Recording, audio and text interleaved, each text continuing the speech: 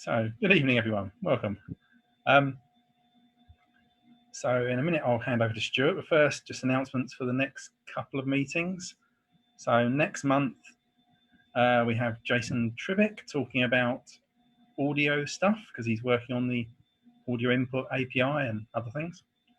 And then November, we have Gurf, who is on here somewhere, talking all about building RISC OS online, which is a novel use of cloud services.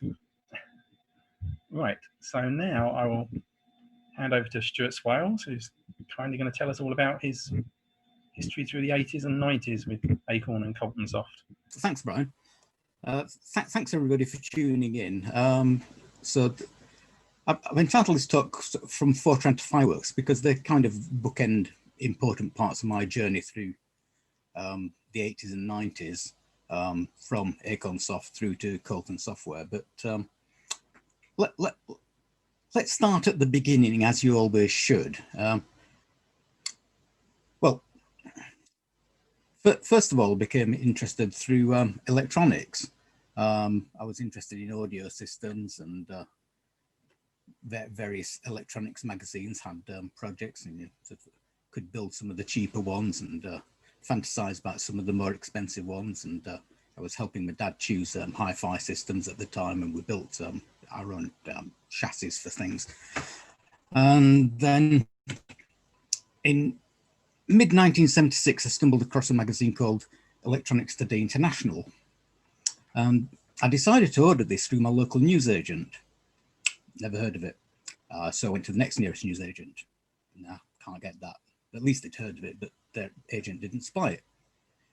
So I got to the newsagent down by my grandma's, and they said, okay, I can order that for you. And they rang me a couple of weeks later to say, we've got your magazines here. So I went down to the newsagents and said, do you have the magazine for Stuart Swales? And he rummages in his pile of mags and looks up and says, how old are you? I said, 14. And you ordered these? And he gets two distinct magazines and holds them up. One was Practical Electronics, and the other was Club International, if you remember what that was. No, try again. And I subscribed to ETI for many years. And they published a series of articles by John Miller Kirkpatrick, starting in April '77, describing the construction of a modular Eurocard-based computer, which they call the System 68. And I found PDFs of this online a few weeks ago. And still only 14, my meagre savings wouldn't stretch to the £250 it might cost to make it. But it was something rather different from the other projects I'd followed. And I did follow the series with interest, particularly when it got to the CPU, and found the annotated listing of the monitor is available on request. So I sent off my 20p that they wanted for the monitor promo code listing. And that was my first exposure to software. It was fascinating stuff.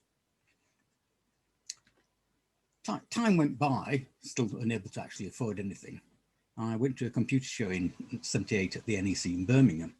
And as you'd expect, it was dominated by the traditional mini computer vendors like Honeywell and Tandberg doing terminals, but it did have a few microprocessor stalls by then. And I bought a copy of this Motorola 6800 design guide from the New Bear Computer Store.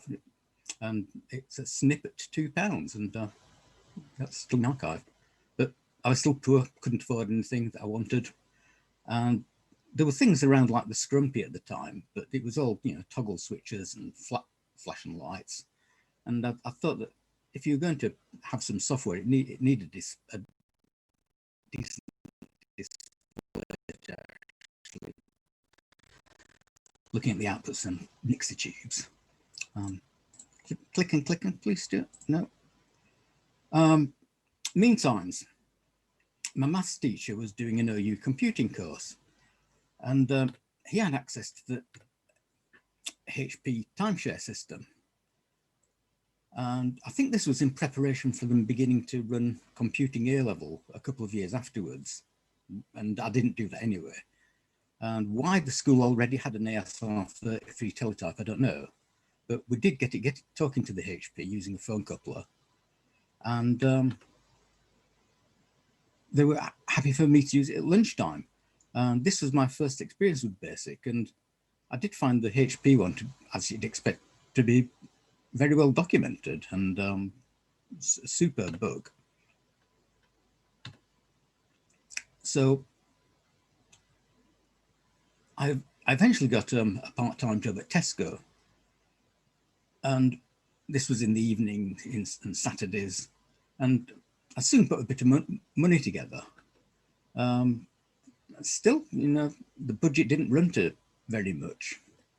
And by this point, Commodore PETs and Apple IIs were coming on the scene. But everything still seemed out of my league. Until one day in early '79, I spied an advert for this system.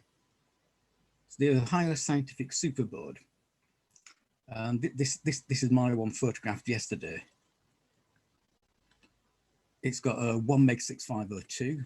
The base model had 4 kilobytes of SRAM. It has a decent keyboard. It's got a cassette interface. Basic in ROM, 8 kilobyte. Better keep serving, Stuart. And all these 6502 systems really look good. So I thought better get myself accustomed to what this thing can do, and went and bought a copy of the classic Rodnay Zaks book. So as you can see there, it's April '79. What was that? Some total of 69 French francs. And of course, you know, other magazines are now producing systems, and some of them will just give you the hex dump and say, get a friend with an EEPROM programmer to put this in a ROM for you. And you think, well, what the hell does that do? So disassemble it. And the day came when I thought I had enough pounds, and I went over to Littleborough on the bus from Halifax to one of its UK distributors, had a demo, and was sold. A snippet, what was that? 358 squid, bloody hell. But as I said, who could want more? Me, because I did spend the £40 extra to max out the SRAM. You could get it fitted with 8 kilobytes, and the eagle-eyed will spot the different manufacturers' chips on the board. Just top center. That's £10 per kilobyte.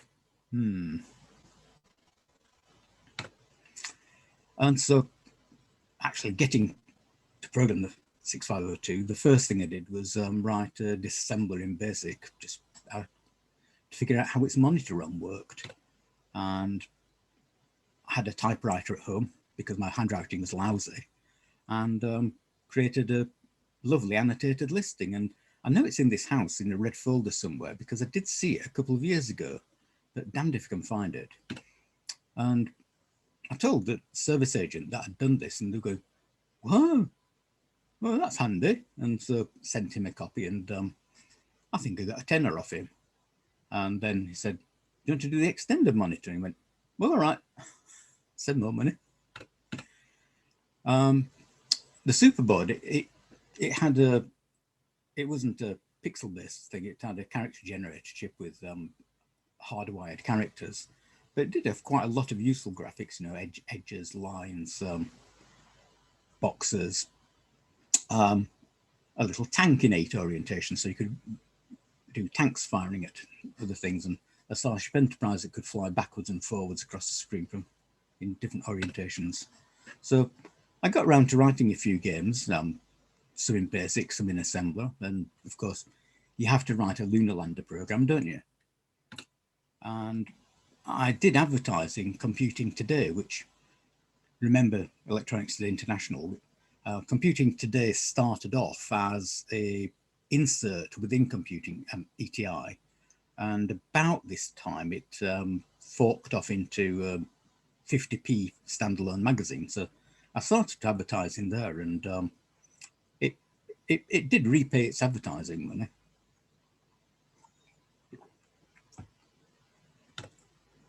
And so I played with that for a while, and went off to Cambridge, and I went down to do physics, and discovered the IBM System 370.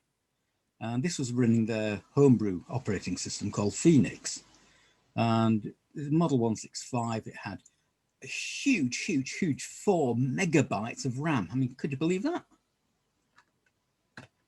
And this is where I got to write Fortran for the first time. And there were other stuff around in the computer lab that you could drive, like HB plotters.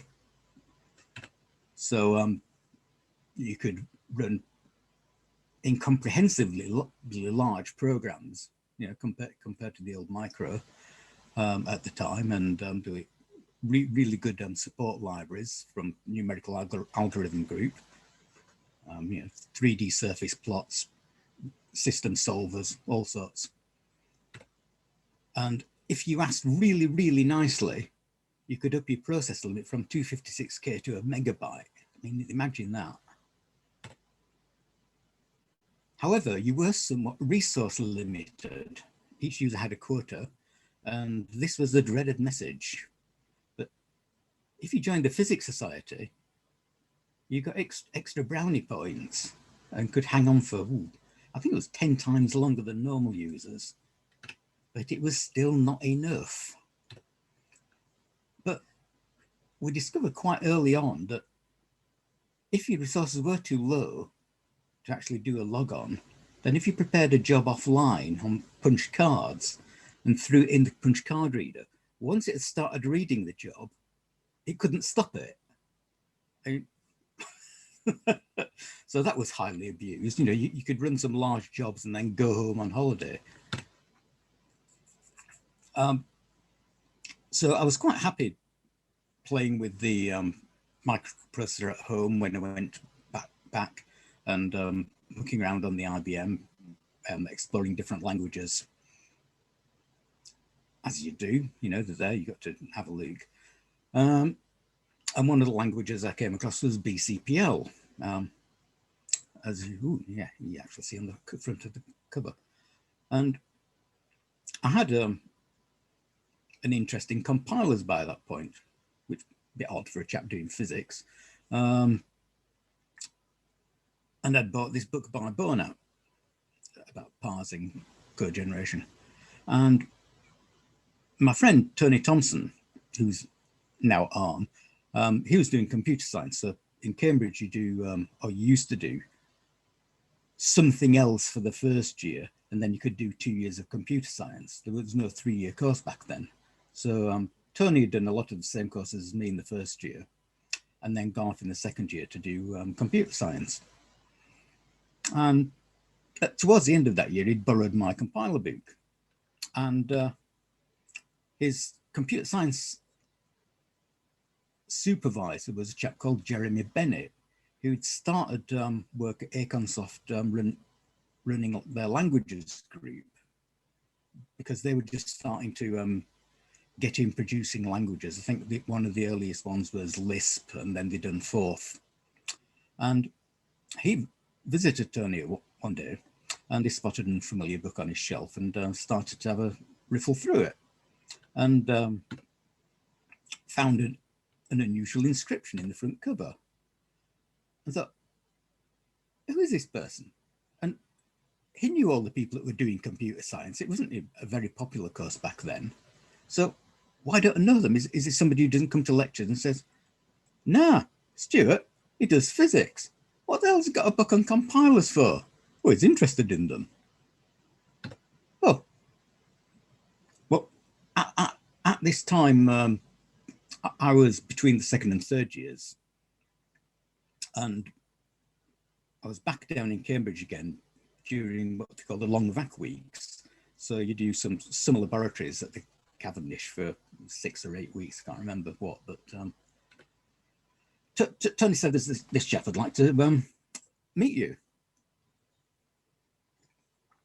And sort of intrigued, I went along and found out that Acornsoft had procured, I think through the lab, a Fortran 4 or Fortran 66 compiler that was written in BCPL that they'd like to target the BBC with. Did I know Fortran? Of course I know Fortran. BCPL? Oh, that too. Bloody hell. 6502 assembler? Yep. Basically, when can you start? So he said, I'll see you in a couple of weeks when you finish your labs. Go along to Market Hill, introduce yourself to David Johnson Davis, who was the MD of Acornsoft, and we'll see you then. And I probably said this the other week, but I booked an appointment to go and see DJD, as he was called by everybody, and sat down. And he seemed a bit perturbed because he didn't have any paperwork in front of him for this person. And I turned up, and so it just ad-libbed it. And we had a good chat and talked about some technical stuff. And it dawned on me that he was actually interviewing me for a job. And it came to the end and he said, when can you start? I said, I'm starting on Monday.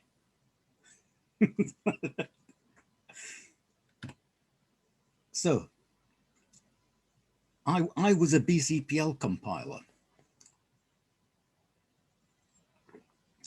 I'll also confess that I think this was actually my first-hand experience with the BBC Micro. I'd seen other people use them up to this point, but I'd missed out the Acorn Atom and Model B early phase completely.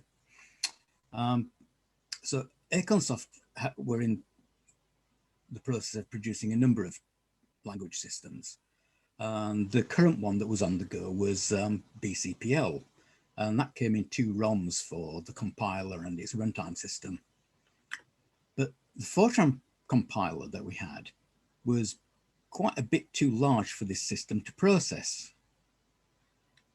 And my job was to translate the Fortran compiler out of BCPL and compile it directly into 6502 assembler. And that was to be done using MASM. MASM was a new macro assembler written by John Thackeray over at Acorn. And so I bent his ear a few times over that summer, and it was a delight to use. And you may be asking yourself, BCPL, never heard of it. You probably have. And those are photographs of my printout of the BCPL programming manual by Martin Richards, which is vintage 1974. And it stands for Basic Compiled Programming Language, and came out of efforts to produce the combined programming language, which was between an effort between Cambridge and one of the colleges in London, I can't remember which. But CPL was actually too hard to implement. So Martin Richards came up with the idea of a simplified version, which they could actually write a compiler for. And BCPL was, in fact, a forerunner of the language C. And so we have that to thank for the world's troubles. And in my day, I laughed out loud when there was an article in Acorn User, and it was trying to describe perhaps logo, and something is written in BCPL, which is the byte protocol control language. Now you'll notice he hasn't even got it in the right order for an acronym. I shall leave the journalist unnamed. Back to Fortran anyway. So there wasn't enough space for anybody in Market Hill at this point, which is where Acorn originated. And they had an office in Green Street, which is not too far away. And there were a few of us there. There was myself and a chap doing some work on Lisp, Jeremy and the secretary. And at one point, Jonathan Griffiths was there for a few weeks because he was finishing Electron Snapper.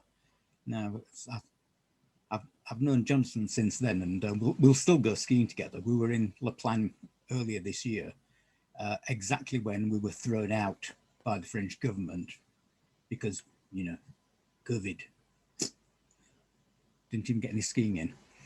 And just as I've managed to actually get my teeth into this project, Jeremy announces that he's going back to the computer lab to do a PhD,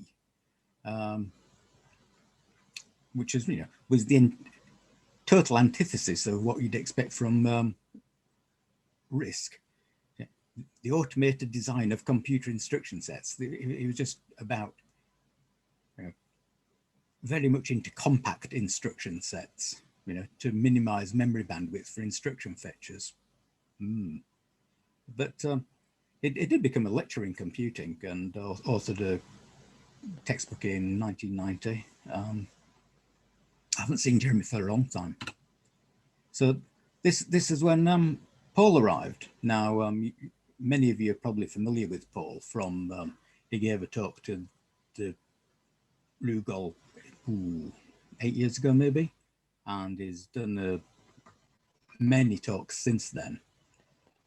And he became the group leader of the languages team. I say team, I think at this point it might have been him and me. And he'd written tons of software, including Shirley Conran's Magic Garden. But it did know about languages. He'd done a S-Pascal compiler. But a problem was Acornsoft was never very high on the list for getting any kit. And we only had the one 6502 second processor between everybody there. And MASM, unlike the basic assembler, actually needed a second processor because it had code which ran in the IO processor and on the tube to get large enough symbol tables. And as I said, this other guy, he was working in a really large Lisp system that didn't work in the IO processor. So there was a bit of contention. Sharing isn't fun. So one day I crawled over to Fulbourn Road, having found a parts list for a 6502 second processor, and introduced myself to the stores guy. And he very helpfully showed me around the stores and what I needed to do to sign things out, and got back home, got soldering iron out, very, very happy. But some months later, somebody rang up on Soft. I think it was at Market Hill. And said, Mr. Swales there. He signed for a lot of stuff and we can't find a buy list. Perhaps he never did. And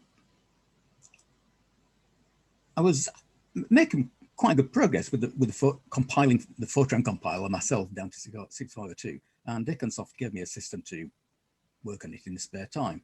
And I will confess that I did use the B micro to do the data analysis on my third year project, which is in geophysics, resistivity surveys, analyzing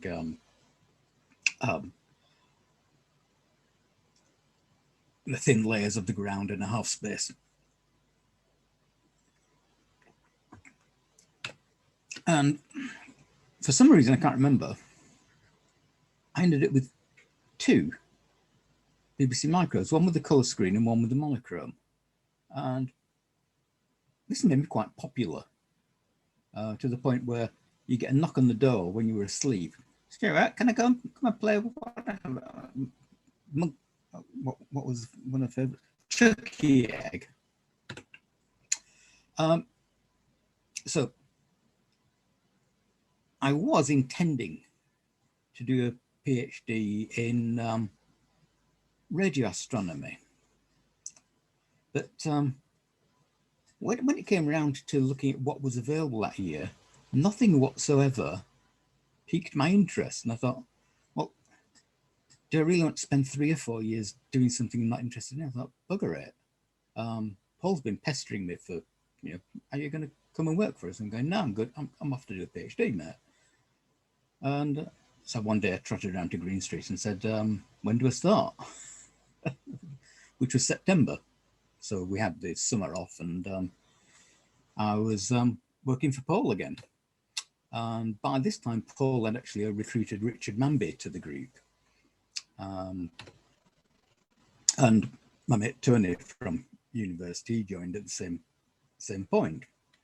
And this core team of us would work together on a number of projects, either in ones and twos or all of us, for pretty much the next 4 years. And Acornsoft, having been at Market Hill, decided perhaps we were a bit flush with cash and could do some better premises. And the premises at Betjeman House, I didn't get a picture of that. There were really nice spacious offices, uplighters, and loads of space for everybody. And our languages group, we had the corner over in the furthest corner. So it took longer for people to come and trouble us. And it also overlooked the Cambridge Botanic Gardens. And you'd often get distractions by the wildlife, birds and squirrels, which was good. And totally fortuitously, the flat that I'd rented, thinking that we were going to be in Green Street, happened to only be 10 minutes away from Betjeman House, if you cut through the Botanic Gardens. Now, they had some strange opening hours, and if you're too early, like just before 10 a.m.,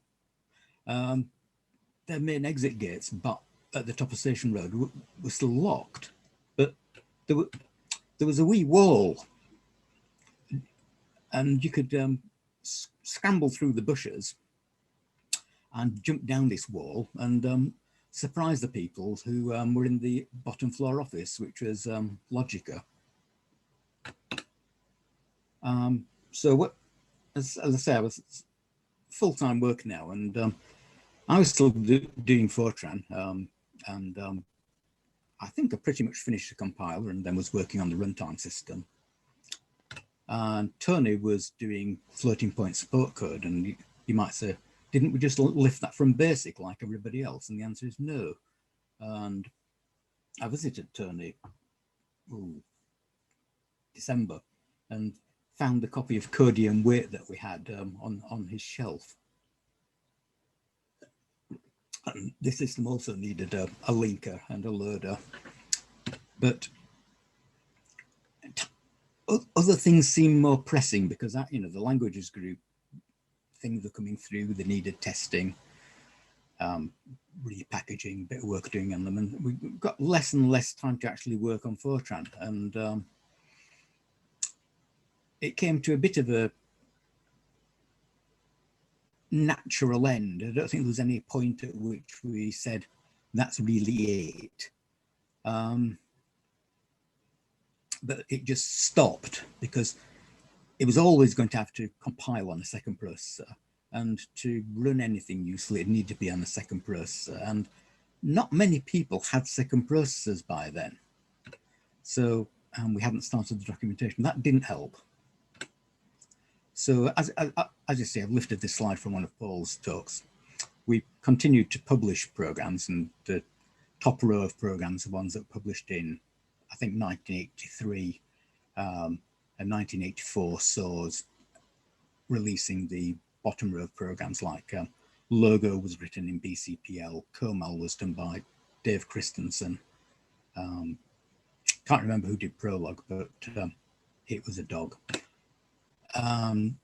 Of these, my favorite was obviously ISO-Pascal. It was a nice structured language, and it had, for a change, been written in-house and got out the door. And this was written by Ben and Lai over at Fulham Road, and we published it. And it was a full implementation of Pascal. It was BSI certified, and it compiled down to an intermediate code, which is Ben and Lai's initials. And I worked with people in different areas many years later who they'd all been impressed by it, because also at this time we'd been told, I think by Acorn, to publish the UCSDP system, And none of us were impressed with that at all. It was just horrifically slow, especially in comparison to our ISO-Pascals. And I think that we actually gave more UCSDP systems away for review than were sold. And as far as I know, the rest went into landfill near Wellingborough, which was good. One of the other oddballs that passed through at this point was Termulator. So it was a VT52, VT100 emulator for serial terminals. But an example of don't believe a word they say. Now, I'd done a simple text demo because the BBC wasn't connected to the Prime, of course. It just had to show something. So I'd done a simple text demo, and the photographer there says, well, can't you make it more interesting? And you go, well, it's supposed to be showing text. Can't you make it more interesting? Well, I've got this ISO-Pascal demo program, you know, here's some mesh surfaces. Can you put some text on that? And you go, well, the ISO-Pascal, you know, it's only got an IO plus. It's written probably in mode 1 or something too. And obviously it's now 40 characters, not 80. Oh, you won't see that on the finished product. Well, I tell you, I can see that on the pack. That is clearly not an 80 character width terminal.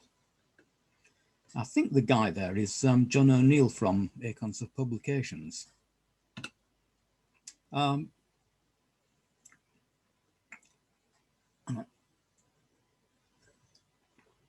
We'd also managed to find out about this secret project called Project B, which became the master. And naturally, we needed to do a lot of testing with it to make sure that the software we had was compatible. Now, we were pretty sure because most of the stuff was using legal calls, but you could, you know, it's always good to test. But I think this was the only one outside Fulbourn Road, and we had to hide it. So it was stored in the furthest corner of our room, which was the furthest corner of the office, and we partitioned that corner off as well. And Paul and I thought, well, wouldn't it be even better if we put it in a BBC Model B case? And then we found that the bugger didn't fit because the circuit board is a different aspect ratio. So we've got the hacksaw out, starts chopping the bead to bits, as you do. But we've got no tools to actually saw through the bottom case plastic across the bottom. So had to weaken it with a few crosscuts and just started kicking the hell out of the back to try to fracture it out. And in walks the managing director. Destroying computers, Stuart. Nothing new.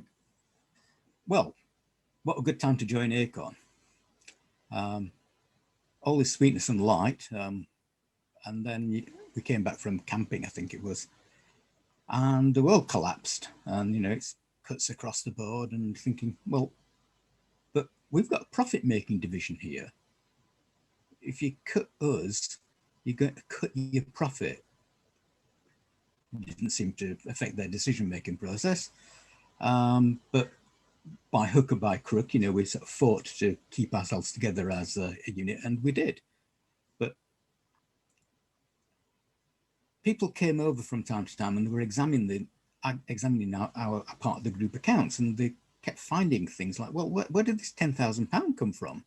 They said, oh, Stuart sold the license to a guy in South Africa for microtext, which is one of our products. Or, you know, these £8,000, oh yeah, that's a site license for all the schools in Tayside for micro prologue. And I do remember having lots of EPROMs in the front tray of a PDP-11, soaking in alcohol to try to get the labels off because we couldn't make them fast enough.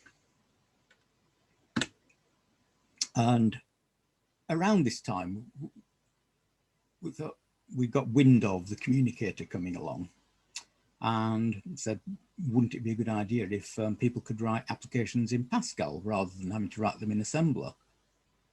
And said, "Oh, that'd be nice." And so this was my first exposure to a 65816, which is it's like a bit of a deviant 6502. It can use more addressing and usefully has 16-bit wide registers, which you can dynamically change it down to 8-bit mode and back again. And it's the only place I've seen.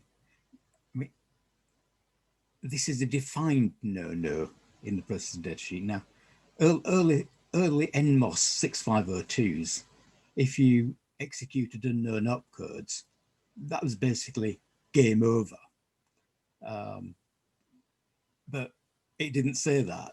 But you know, the 816 said, no, you must not do this. And so this seemed a straightforward port because the compiler at this point wouldn't have needed changing for the bootstrap. I just had to port the runtime system. But obviously it was 816. The BBC Basic didn't support the 816 and the standard MASM didn't. And because the communicator MOS was so big, John had to do a version of MASM that worked on the turbo tube, which was the 256 kilobyte 652 second processor, TerMASM 816. The communicator is a bit of a funny beast. That the MOS, a bit like the ARM and SWISE, it had COP followed by a byte to indicate what call it wanted, operating system call it wanted to make, rather than doing JSR OSByte and the likes, which to my mind, it made it a bit unnecessarily complicated for porting. So, you know, that stuck in my mind when, you know, we were doing the Archimedes stuff, that you needed to keep things simple for the people who've written software for you before. And we did finish this port. And although it wasn't ever released as part of the communicator development system, at one point the communicator project stalled. I think most of the contractors left. We had a bit of an all-nighter trying to work out what to do with this beast, and we thought we could redo it based on a lot of Pascal. And I think that, again, like Paul said about the GXR, it's just another thing that gets your group noticed by the manglement. And the hot retro topic of the moment, the MegaROM. As you know, we produced a lot of ROM systems that required 2 ROMs, like Pascal and BCPL. And the typical complaint with the BBC Micro is that they had 4 slots, most of which were occupied. So wouldn't it be good if you could get a product to just fit 1 ROM slot? And if you had a bigger than 16 kilobyte ROM, you could have a control logic device that selected one half or the other, or in the case of a 27512, 1/4, or any one of 1/4. And because you couldn't actually present anything on the data lines for the ROMs, we came up with the idea of having a read-sensitive area at the end of sideways ROM space. And it latched the 2 low bits of the address bus to present as the high 2 bits of the address bus to the big ROM. And I say N in the equation because, contrary to what Paul has said in the past, we didn't have enough logic to fully decode the space. And I think N was usually 2 or 3. So there were more than 2 or 4 bytes taken at the top of the address space. And I found a statement a few weeks ago that some engineers programmed devices by manually editing files. That was us. So you got the diagram in the book, and you just start drawing X's on it. Where do you want the logic to go? Blow these fuses, and surprisingly, you know, you phone up. Can we have a number of samples of these things? Not sniffy about it. Yeah. How many do you want?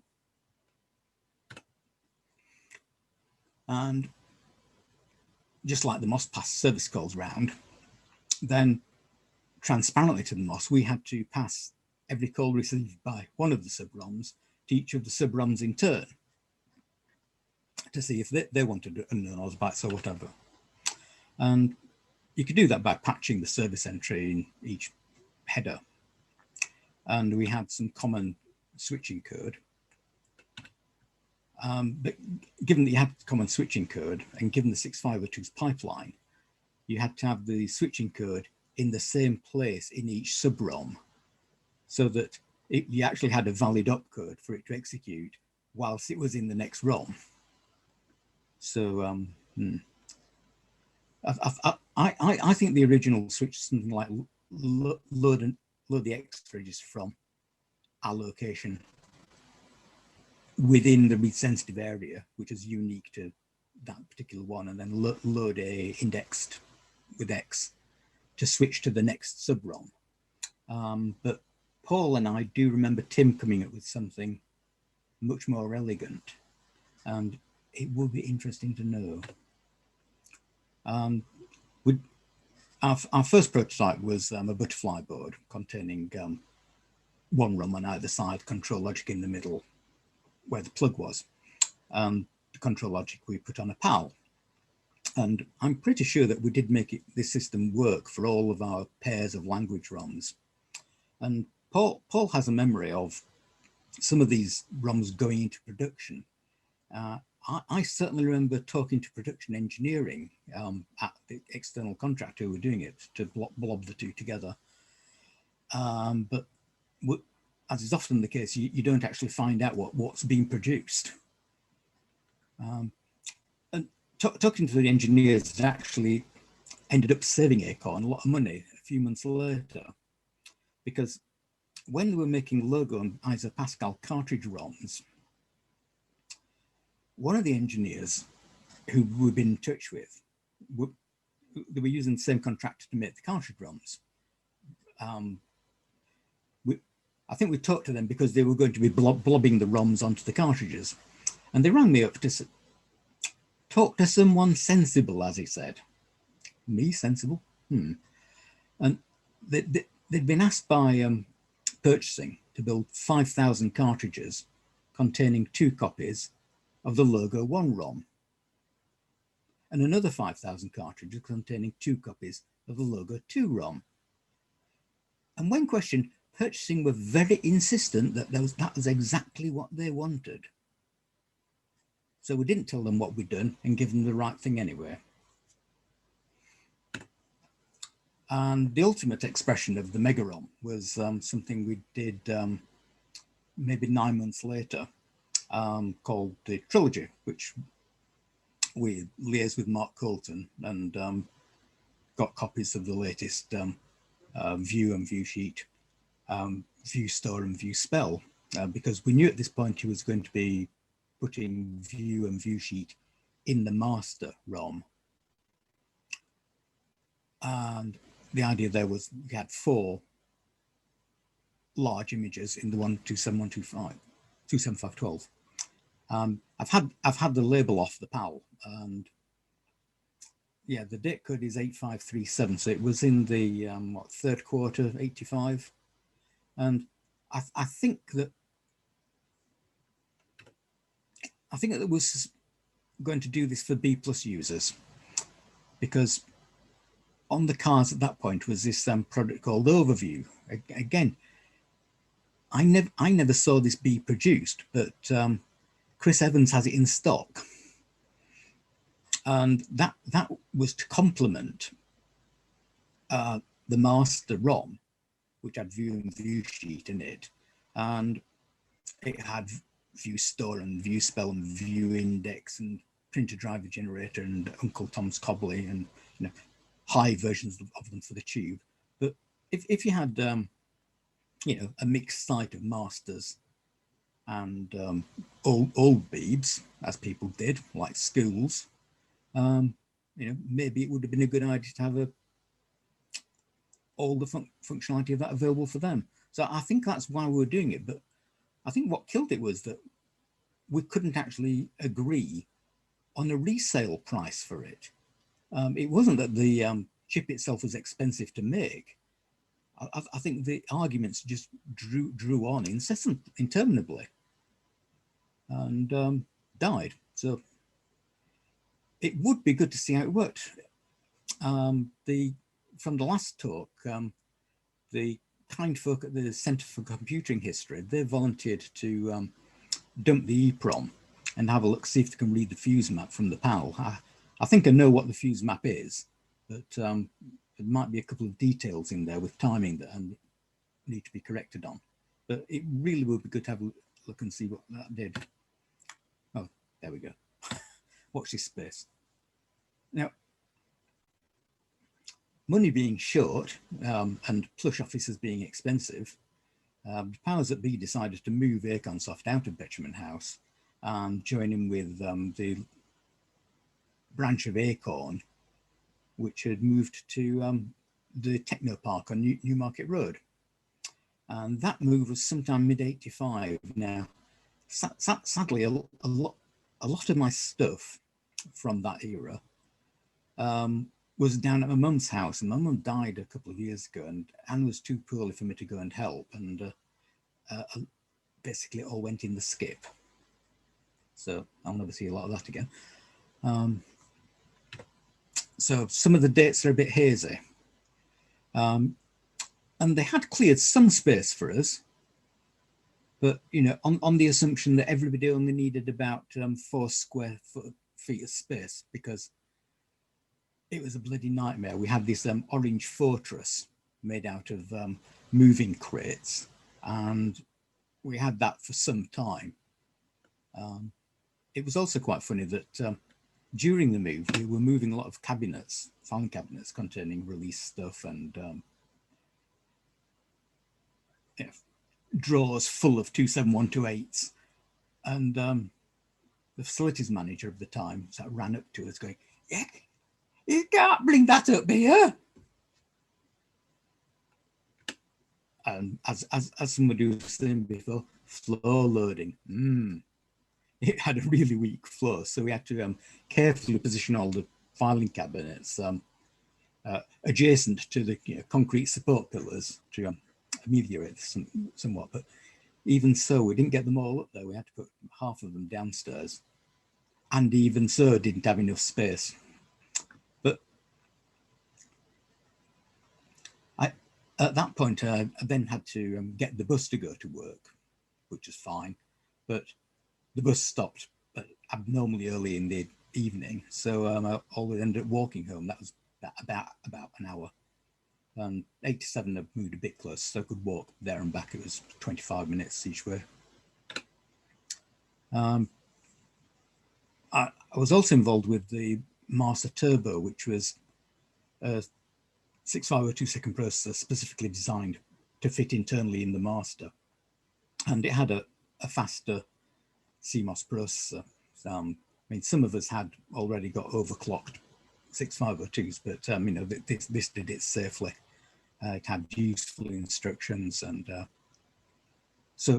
but it needed updating because the operating system in the Master had extra functionality, and although all the OS bytes passed across okay, each OS word had to have length associated with it to go across the tube,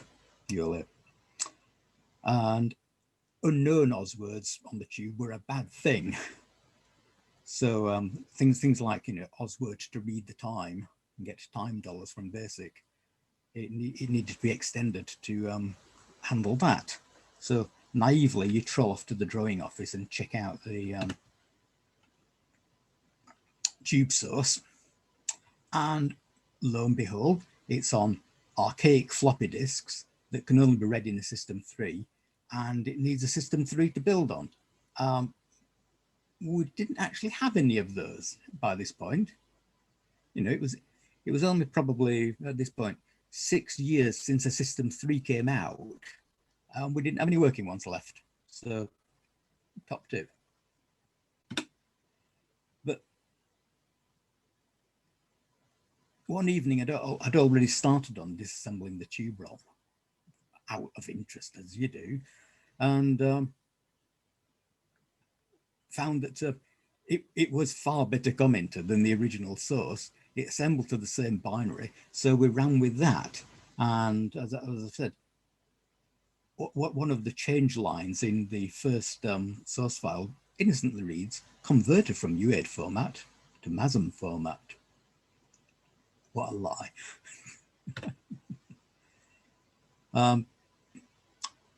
Shows, that was interesting. When Acorn was flush with money, it seemed to be, you know, money no object. And I think there was a show at the Barbican that we went to, and it was really plush, you know, by the Thames overlooking Tower Bridge, and thought, bloody hell, this is wonderful. Money got a bit thinner, and we got shoved a bit further out. And by 1986, why do we want the Acornsoft at shows?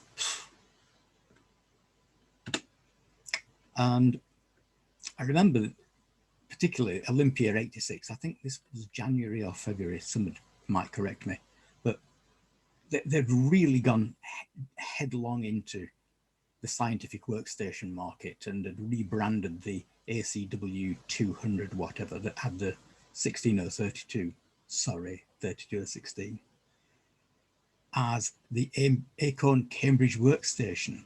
And I didn't know how much they cost at the time, but I found a brochure. It was $5.5 grand plus that. And they produced, you know, accompanying tape store, one of which we had in the office.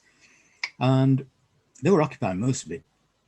And there was, the communicator was down one end. They were still touting for business. They were trying to do a lot of, you know, deals with people like Pickford's and the like to do systems for whole group, the whole company groups.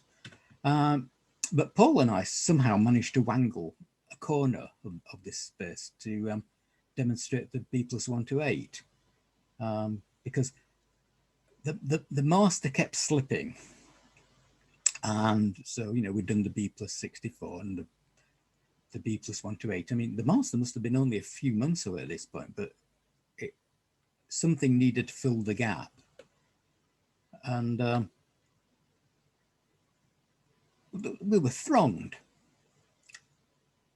People wandering up and down to the pursuit of business people. Yeah, come and look at us. People looking uncomfortable in ties. And where's this new BBC Micro? And the answer was, you talk to him with the hair, which is Paul, me, or him with the jumper, because Paul had a pretty old jumper. And, yeah, that's me of that era. And needless to say that, you know, having secured this corner, we had to make our own way there every day rather than people who were staying down.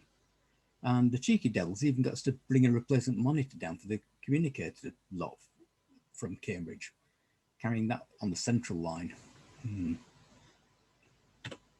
But a positive of the show was one of the first ARM samples being mounted in a little thing up on the wall.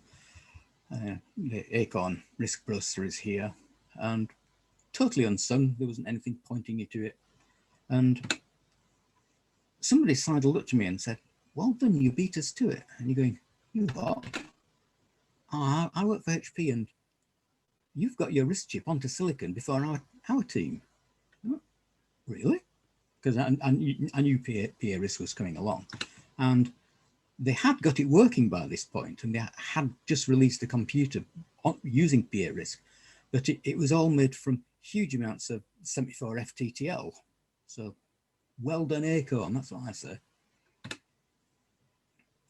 And as I've said before, Acornsoft had always suffered a bit for getting kit. And we were just starved. We wanted an ARM.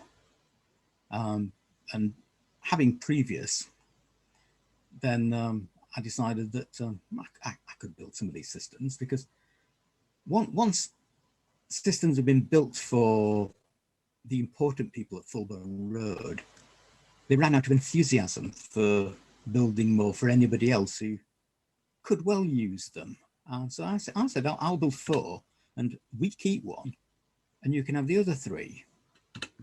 And everybody was happy because they all worked. And we didn't have to run the emulator anymore. Now, I do remember when I say they all worked, was that we built them and I had to take them over. And I think I spent an hour or 2 with Mike Muller because these boards had internal shorts on them randomly.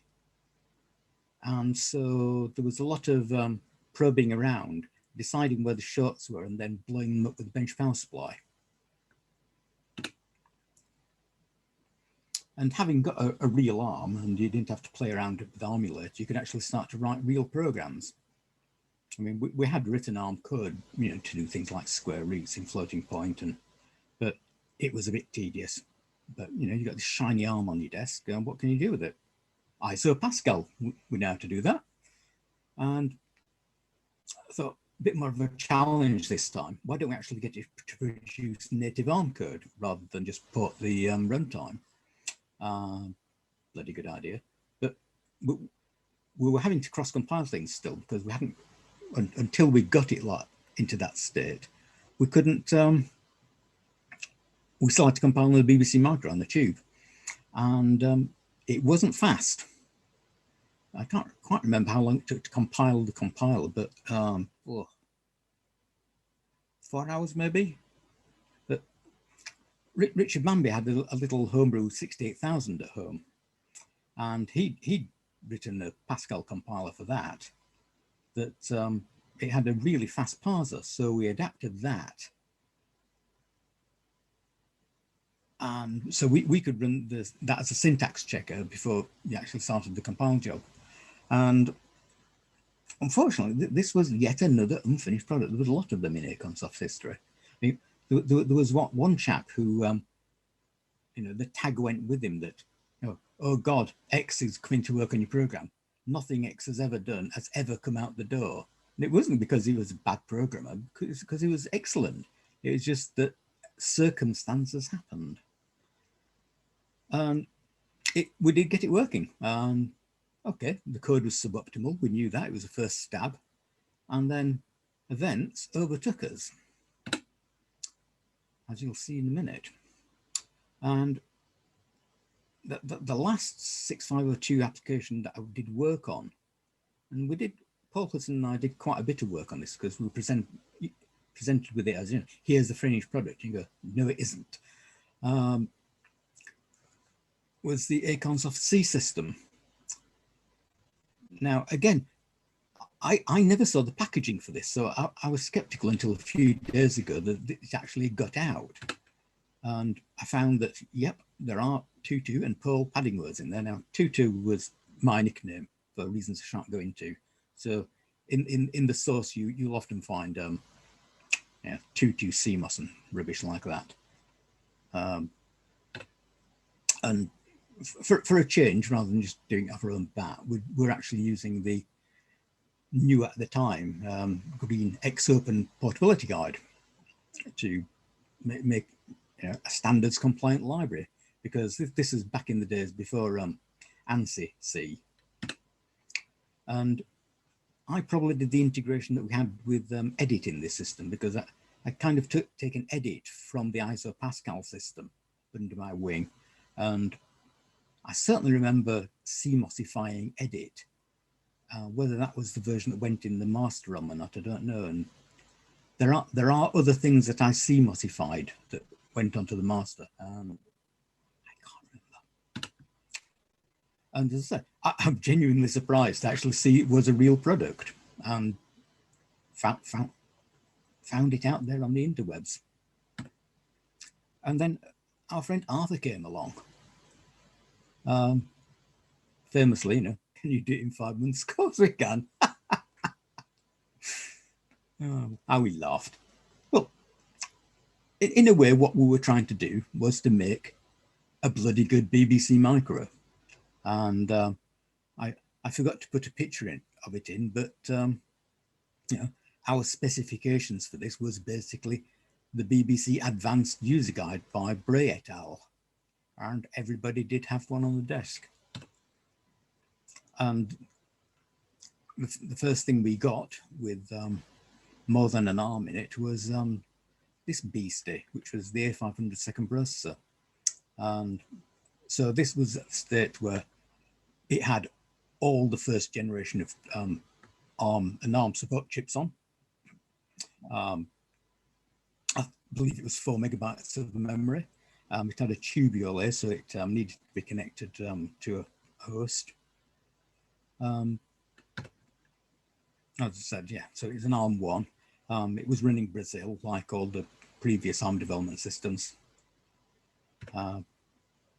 That had been already set up over at Fullbone Road to initialize the MEMC. So we were presented with a block of memory. Now, it wasn't the memory map we wanted for Arthur, but you know, you'll take what you're given. And so being a second processor, it always sent all its useful SWIs over the tube. So we had toolchain that worked, i.e. AASM.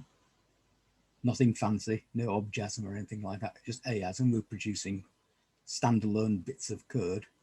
And Twin was a beautiful editor written by Sophie.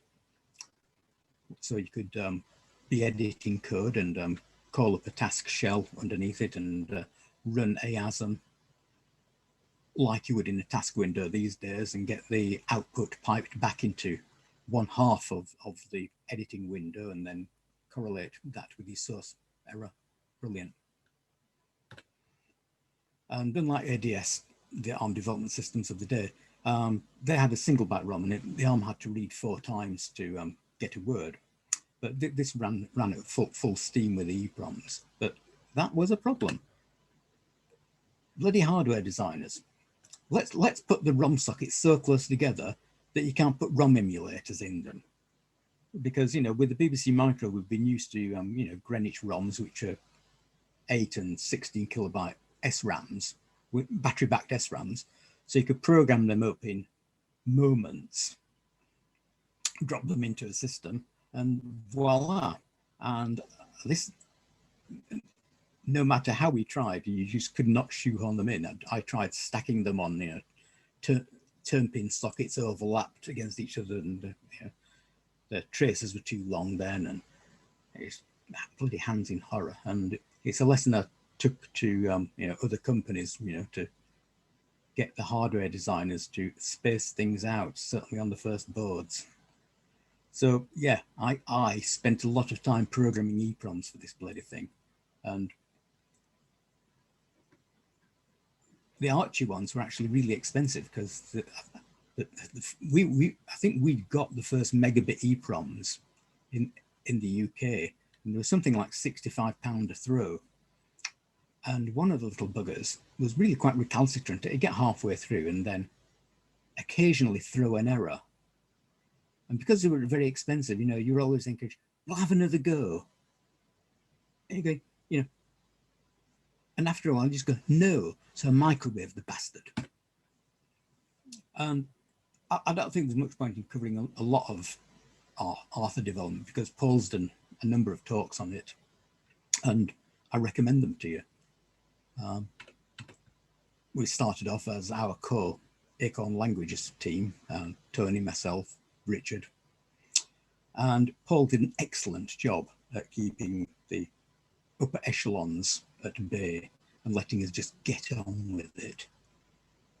And soon Tim from Games came over and he was doing the sound and keyboard and a lot of stuff. I mean, you can always rely on Tim. Nick was doing Atfus for the floppy and hard drive controllers, and Brian was doing the Ethernet and net filing system. They came from Fullbone Road. One thing I will share with you is sometime into the development, people are coming around and asking things about the system and ask, well, what standard are you using for the character set employed by this system? You know, is it ISO, Latin, whatever? And Tim said, no, it's Arthur ASCII. And as you know, the core of the system is the relocatable module, a bit like the sideways ROM. They've got a module header, it's got a service entry, it declares lots of things. But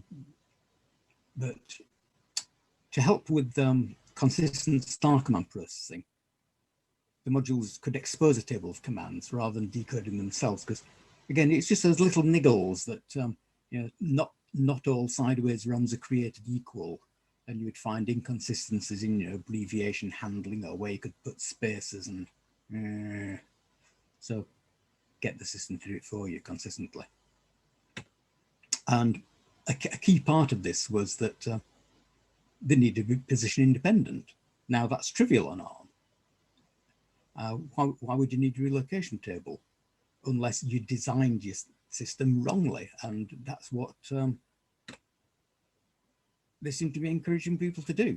And being position independent, you could just plop them in the ROM. They could be copied from the ROM into the RAM to go faster if you desired. Looking at you, Sophie. And no compiler that we had at present, at that time, Modular 2, or that we could see being developed like C or Pascal coming out of the lab, they were all being designed, you know, to produce absolute executables, and with the wrong register calling convention. So it was assembler all the way for us. ARM assembler is good. Yeah, yum yum. But of course, the management, they knew what we were doing. We'd all been given copies of Worth Modular 2, and we should be using this because it's the Acorn standard. It's what we do now, you know. Yeah, I did put my name in it. I think Paul opened his a bit more because he did look at a couple of Modular 2 programs. And our usual fob off to management was, oh, well, we're writing assembler because we're still writing device drivers, you know. Now go away. And the very first SWI added to Arthur was mine. So on top of what Brazil had. And if you've got relocatable modules, you need somewhere to put them, like a module area. And the module area had to be structured, and you had to have a heap. But rather than implementing INOS module, as we might have done, I thought, well, why not have a usable heap that can be used anywhere? Use a system heap area. Users can run it in their own blocks. You know, you could dim some memory in BASIC and run a heap inside it. Off you go. And, you know, the heaps themselves are relocatable. So OS heap, there it was. Closely followed by OS module, of course. That was Tony's. And I wrote quite a lot of the commands in the utility module. So we had a pseudo module called utility module at the start in the kernel. And again, a key thing was to exercise a SWI interface, as rather than taking any shortcuts, it was always best to decode things at the star command level, construct the SWI calls properly as if you were a user, and call them and see what happened. And that's what we did. We tried to do for most commands. And we outgrew the second processor, and A500s had been brought into production. A lot of them went out to California for the ARCS team. Olivetti ended up ordering a huge number of them at a huge cost. Thanks, Olivetti. But as you can see, this is far more populated. So as well as the ARM, the VIDC, MEMC, IOC, there's Ethernet, hard drive controllers, floppy controllers, sounds, all the good stuff you need to actually make a good workstation. And again, we've put the ROMs in a place that you can't access because they're under the bloody module slot. Hooray! Yes. And the tube interface is gone natively, but somebody did design quickly a tube podule. So it wasn't actually podule compliant because it couldn't have a firmware ROM on it, but it was a bare PROM, so we did have to burn tube support into the kernel at that point. We were still way away from being able to cut the umbilical. We had to rely on the host. Brilliant moment. Herman was touring the offices with a visitor and points into, I think it might have been Tony's machine, and just goes, "Look, just 4 chips." Yeah. That for the system that broke the cab because, you know, it was more than 512 components. And as a little knowledge can be a dangerous thing. That 4 megabytes is not a lot of memory. Or as Paul would say, it was a shitload. And, oh, a toroidal transformer. It's remarkable. We all remember this. My personal sin is file switch, isn't it? Again, it boils down to, you know, I wouldn't say frustrations with the B, but observations of how it could be done better. We still need to maintain BBC compatibility. So you had programs still issued things like star adfs willy-nilly. So it had to be able to respond to that. So we couldn't have a Unix file system where everything was hanging off root. You still needed that separation to support, you know, easy migration of BBC programs. And again, it would be best if all the typical filing system commands were all implemented there in common and all work the same way across all file systems. And additionally, well, let's have a digression. I mean, when we're supporting separate file systems, the master had already supported that through the dash filing system dash prefix. So we needed to support that for compatibility. But my personal preference, although I wasn't a fan of Panos and the 16032, that, you know, there were some good ideas, and I much preferred to have the filing system colon style, which is what you see mostly today. So I'm afraid that's my fault. I do think it is more elegant than dash filing system dash. And believe it or not, I think Panos was the first system to implement the 5-byte centisecond since 1900 timestamp on files.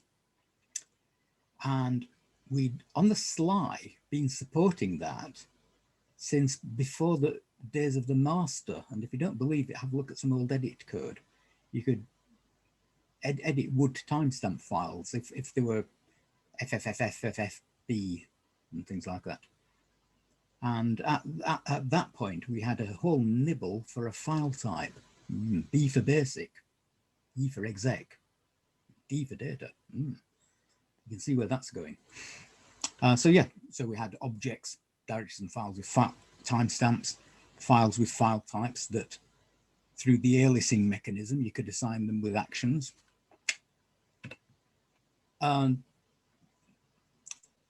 But once file switches got in the way, Ozfile, etc., from Brazil, or the remnants of Brazil as it was then, aren't sitting on the vectors. So hostfus is a bit like a tubos, so that calls go through file switch to hostfus, which then composes, you know, a request to send them across the tube. Now we still needed to have that because we had a Winchester hard drive on your BBC host. Most of the early ARTA development was done like that until I think about ARTA 0.06, and I think that's when Paul did the, you know, cut the umbilical moment, and 0.066 was the one that got into general release for the key developers with their 500s. And in any case, the tube was a useful thing to keep going because I made some notes prior to leaving Acorn, where it showed that certainly in our group, so Brian and myself and Tony and Richard, we were all still using the tube for debug output. So we weren't having to faff about with, you know, stuff, trying to pipe it into editor or a task window. You know, you got a definite process over there, you could just bung stuff out fast and not be bothered. Especially good when you're debugging the file systems. You don't want to be writing to the disk. And yay, we actually found a hardware bug. You know, we all knew about, you know, the temperature sensitive barrel shifter in ARM1, and there were a few other quirks, but our claim to fame is that we found that an LDM could allow the ARM to wander off the end of a page and cause a page fault. Now, if you had a branch at the end of a page, followed by unallocated space, the pipeline stalled and waited for it to take the branch. But if you had an LDM with PC in the register list, it didn't. It just ploughed on merrily along and went, pfft. So we fixed that. But of course, it's not ready. Now, you may not believe it, but management, as well as wanting the 305 and 310 without hard drive, which is fair, you know, we could see the point of the 310. 512 kilobytes was, that's going to be a tough ask. They did actually float the idea of a 256 kilobyte machine. God, no. And I knew that there was a problem with us all having 4 megabyte systems on our desks, and was keen to try to get people to think about it a bit more. So, you know, I did write programs that would claim a shitload of memory and then say running that. And yeah, sadly, the hardware was ready and they needed something to sell on it. So that begat Arthur 0.2 and 0.3. Wasn't there a 1.0? Cringeworthy. But yay, okay. And as Paul said, for God's sake, never write a demo program because they will release it. And it is colourful. It's got that to say for it, isn't it? Yes, but oh, a little digression again. Use quality stuff. Test it. That Italian master compact discs were not very good media. And as I said, you could naively write a disk. If you went to there verifying it, you'd file it away and you'd be screwed because it just would not read again. I mean, failure rate 50% within minutes. Spend money on backups. So also it clearly wasn't where we were wanting to be and nowhere near the destination. And a number of improvements were made. The cooperative multitasking was great. That was quite early on. And it was some time later, but you know, the idea of getting applications to hot desk down at 32 kilobytes, that was a brilliant idea. I mean, we all thought Neil was bonkers, but it was great. I mean, we chose 32 kilobytes because we had eventually persuaded the boys who were producing tools that setting your execute or load address to be hex 1000 wasn't a really good idea because it was in the middle of page 0. And they go, but the page size is 4 kilobytes. Bloody well is not. You know, you have to program to the lowest common denominator on your 4 megabyte machine. You were going to get 32 kilobytes, want it or not. So it took some time, but we persuaded them to relocate to 32K. And but everything was still, you know, fixed, producing fixed jump tails and the like. And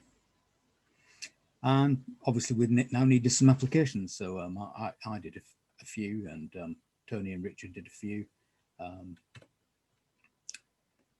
I was doing the filer, and I was doing that rather than as an application that lived down to 8,000.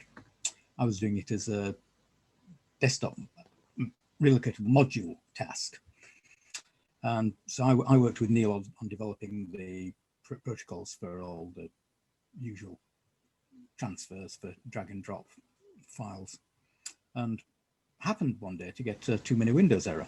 And as you see the story unfold, Neil had said there are an unlimited number of windows available to the user. Is that 32? Yes. Why do you ask?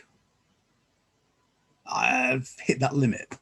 Can you make it unlimited now? Oh yeah, of course I can. And of course, you get to pose the question again.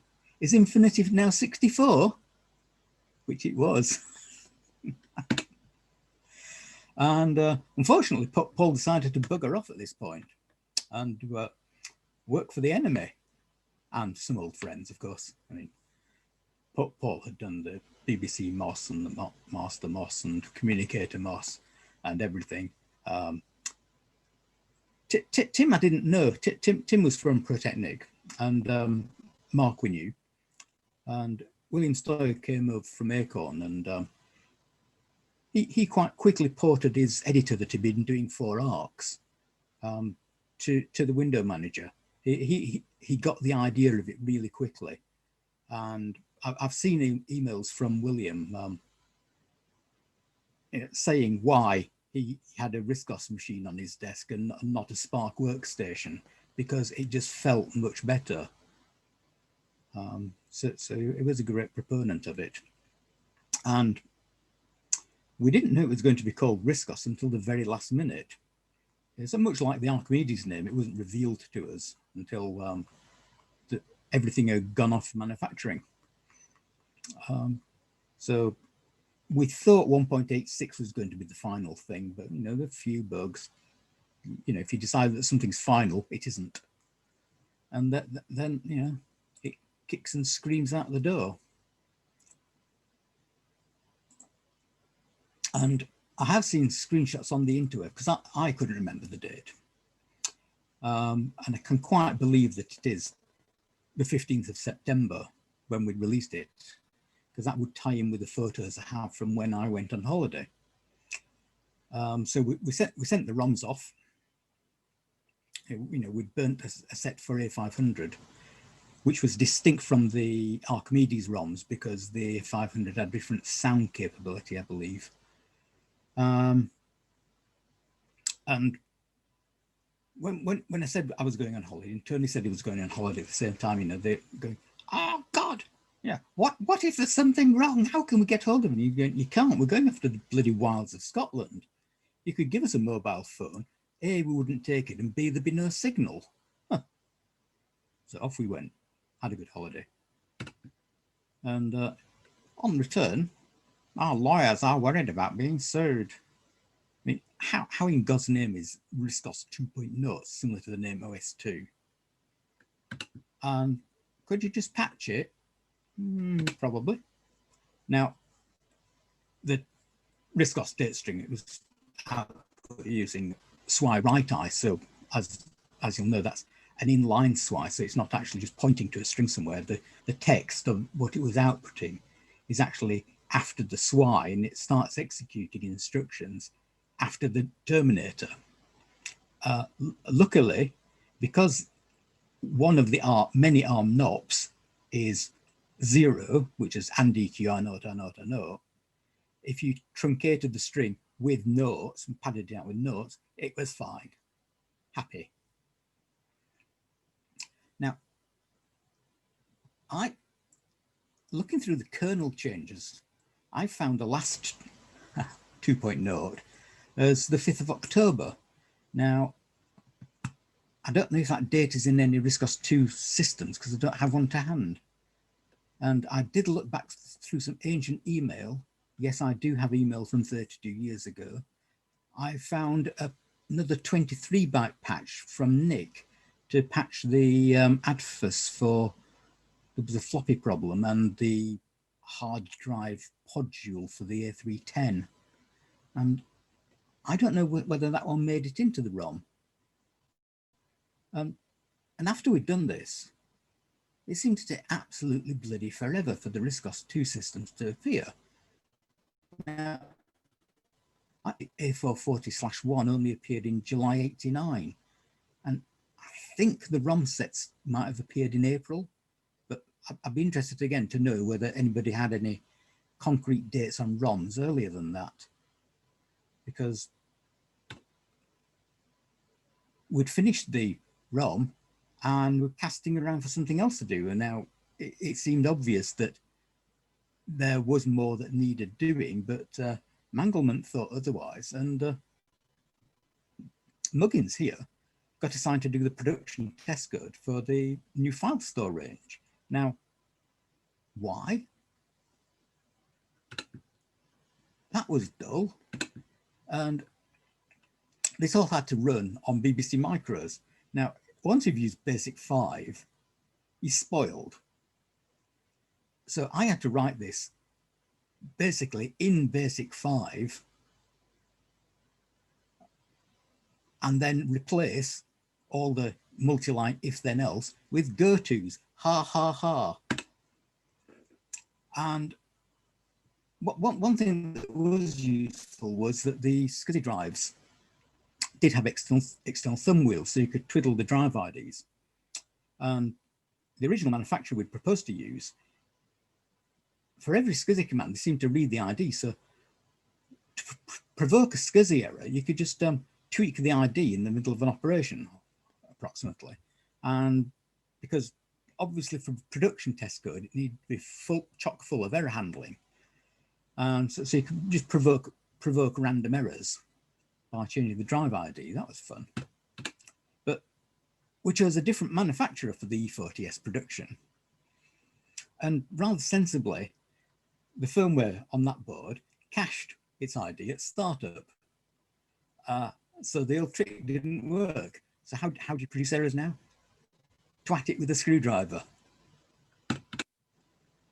And having had enough of file store test code, and I've omitted all the fracas that was going on around 6.5 host at this point, Rob and Mark approached me with a view to working on Pipe Dream.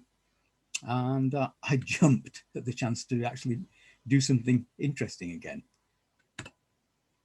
And I was hauled before several managers, you know, going up the food chain, and they just couldn't believe, you must be just wanting more money. It's not about that. I want to be interested. And here's the start of my time with Colton Software. And some background to that. It was set up by Mark Colton, who had a long history associated with Acornsoft and the View family of products. And he'd actually started View whilst he was at his first company, which is called Protechnic. And I believe he was one of the founders, along with Tim Rootsis and a chap called Chris Whiteley. And we'll meet them again later. And I think the second set of series of programs, View Sheet, View Store, were written by Mark specifically for Acornsoft on his own. And our friend Rob McMillan, he was next door to us in Betjeman House. And he headed up the business team. So they were responsible for like languages. They brought the business products to market. And we got on famously with them. And as I've said before, View and View Sheet were bundled in the master ROM and overview was produced. But not satisfied with that, Mark thought he could go better and produced View Professional. And that was done for the BBC Micro and the second plus, I think, yeah, the ROMs that ran on the host, or you could run View Professional off the disk. And I believe that this is the first product which was designed by the company Colton Software Limited. Because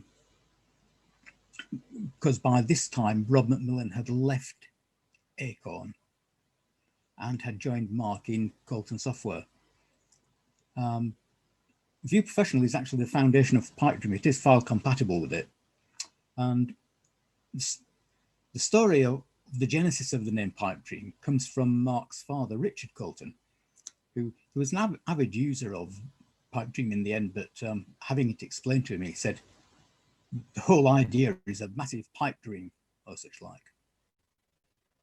Now, again, I thought there was only one revision of View Professional, but I have come across on my hard drive a version 2 from August 1988.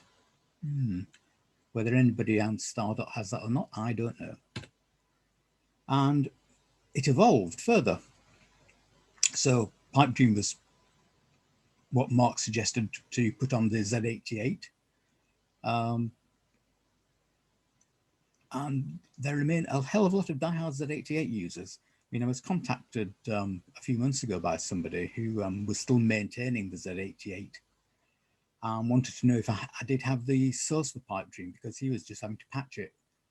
And sadly, I don't, not the Z88. I mean, an incidental note is that I was peripherally involved too, because Mark had written the Z80 assembler for this project because it needed to produce large objects, and that ran on the 6502 turbo tube, the 256K tube, remember them? And the turbo tube that Paul Bond had and was using for Cambridge Computer had become quite unreliable by this point. And I had produced a version of 6502 tube emulator on the Archimedes called 65 Turbo, which was a conditional compilation of 65 tube. And so I spun a copy of that off for Mark, and his assembler didn't work. He scratched heads for a while, and there is a 1 byte register in the turbo tube to enable the top 192 kilobytes of RAM. And what I hadn't realized was that that register is actually backed by RAM. It's not just a write-only location, which I'd thought. And that it wasn't actually accessed itself by other products like Turbo Masm or Turmasm 816, because the turbo tube MOS wrote those. And so nothing I'd had before was actually hacking the register directly, certainly not reading it. And the reason Mark was doing it was because certain of his procedures were all written to assume standard 6502 addressing, and without going to the extent of rewriting the top byte in page 3. And the way to do that was to simply rotate right the turbo register, which would bring a 0 back around into the top where the turbo bit was. And remember what the turbo bit was previously in the RAM. And it restored the state by rotating it left. All sweetness and light on the real one, but the 6502 turbo emulator didn't know that. So one evening over at Mark's with Paul Fellows, we hacked the 6502 turbo to reflect reality, and all was well, and they could carry on development. Still before my time is Pipe Dream 2. So Mark thought it would be far more productive to use a high level language in future, because memory was getting cheaper and maintainability, blah, blah, blah, which very sensible choice. And again, Rob asked me, oh, what about these sprites things? So I did the Arthur PD sprite for them. So they started work on that in August 1987. I have the header files. And it was cross-platform from the start. So it was brought out on the PC, on the MS-DOS, and it was on the Archimedes and Arthur. But of course, as you'll see from the screenshot, it's still, it's not a graphical program at all. It's purely character text, rows and columns. And I think it started out as a transliteration of Z80 to C. I don't think, not instruction by instruction, but on a functional block basis. And you can kind of tell this because even when I came, all the identifiers and function names, they're all fewer than 6 characters, which is what Mark's assembler limit was. And having a Z80 connection, this version of Pipedream actually allowed you to save files back and forth to a Z88 within the program without any separate software on your PC. And this is where I come in now. So yeah, I joined January '89. So the goal was obvious. We had to add a RISC OS GUI to the existing Pipedream code, preferably with fonts, definitely with Windows, and a charting module. Where were we? Well, we were above a garage workshop in the village of Hardwick, which is west of Cambridge, on the X2 Bedford bus route, I think. And if you wandered about a mile along the old A45, you came to the junction with the new A45, and there's transport cafe. Lovely lunch. And this was my first experience of commuting beyond walking distance. So it was a 2-bus journey. That annoyed me. So as I say, I started to learn to drive quite late, and got myself a crappy orange Polski Fiat. Wonderful car. Not. Pipedream was, again, although the target was the Archimedes on RISC OS, definitely not Arthur, we were still developing quite a lot of it on the PC and kept it cross-platform because both Mark and Rob had PCs. Rob had a 286 and Mark had a shiny new Dell 386 that had just come out. It was running into SRAM. Remember the 10 or a kilobyte?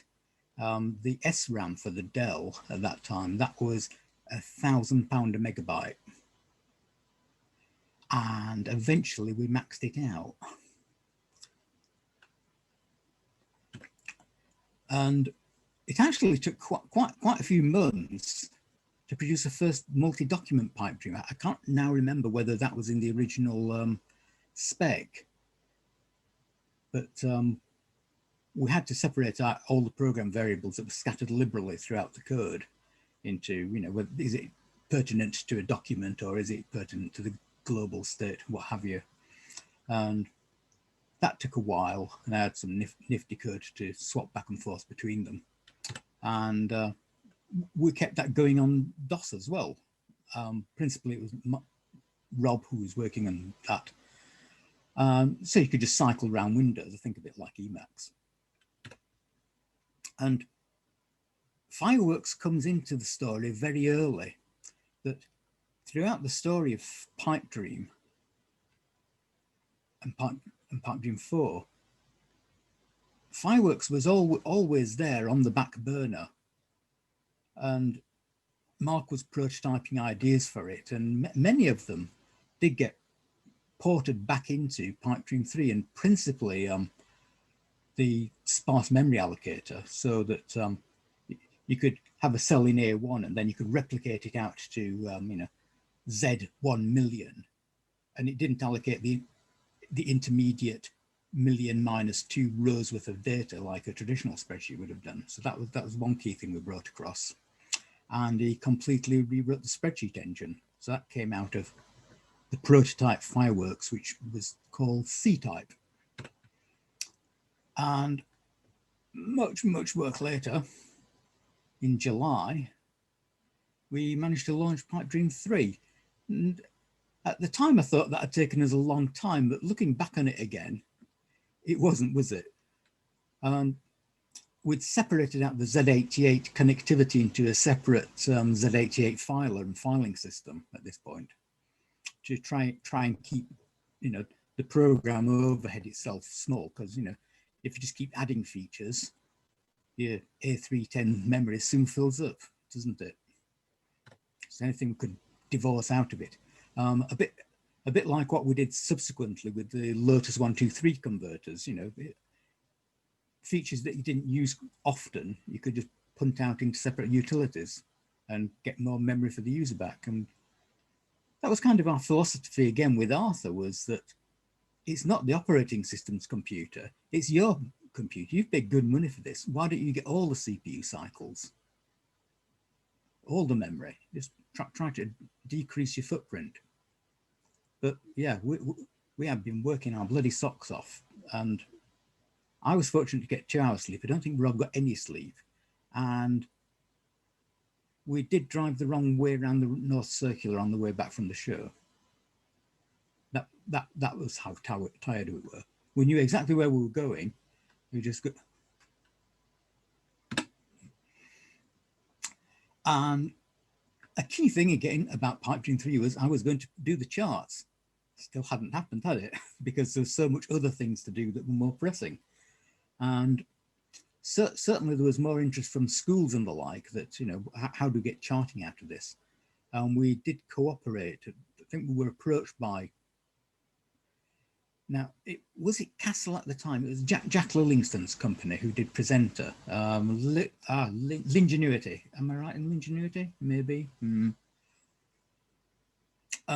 So we did Hotlink for Presenter GTI, and I think we'd got Minerva in on the act as well. So we did come up with an open DDE specification at the time to be able to transfer data in and out of Pipedream cells. And again, I can't remember why, but we did actually, off our own bat, produce a German version of Pipedream 3, and I still got the manual for that, and helped proofread it. And I say, your German's not that good, Stuart. I said, well, it's O level, but it's, you know, a technical manual. You know, the corpus of words it's going to use is actually quite limited. Because the lady who was translating it said, oh, German, you know, all these compound words, etc. You know, there's no point having a dictionary. I said, well, there is. If you create the dictionary from scratch, you just compose all the words that are in your text and then look for the errors. Bingo. That was easy. And at some point, Acorn, I think 93, had a big push into Germany. That sounds bad. And there were lots of negotiations about selling Pipedream 3 German version over there.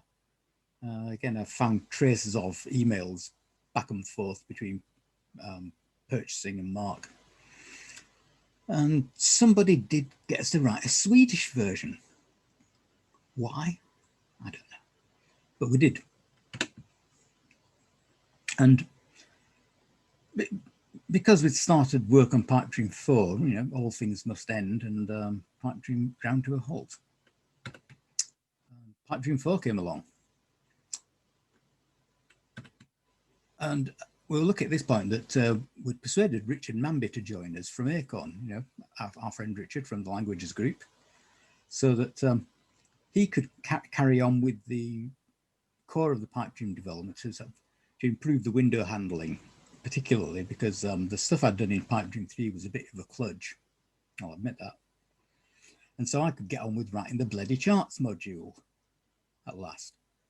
I did some specs for Richard so that, again, because we knew Fireworkz was coming along and we wanted it to be cross-platform, Windows had a multi-line an edit control with the multi-line facility, and I wanted something analogous on RISC OS, which the WIMP didn't have.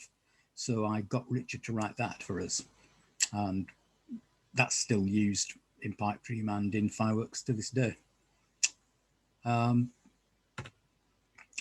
are good. Well,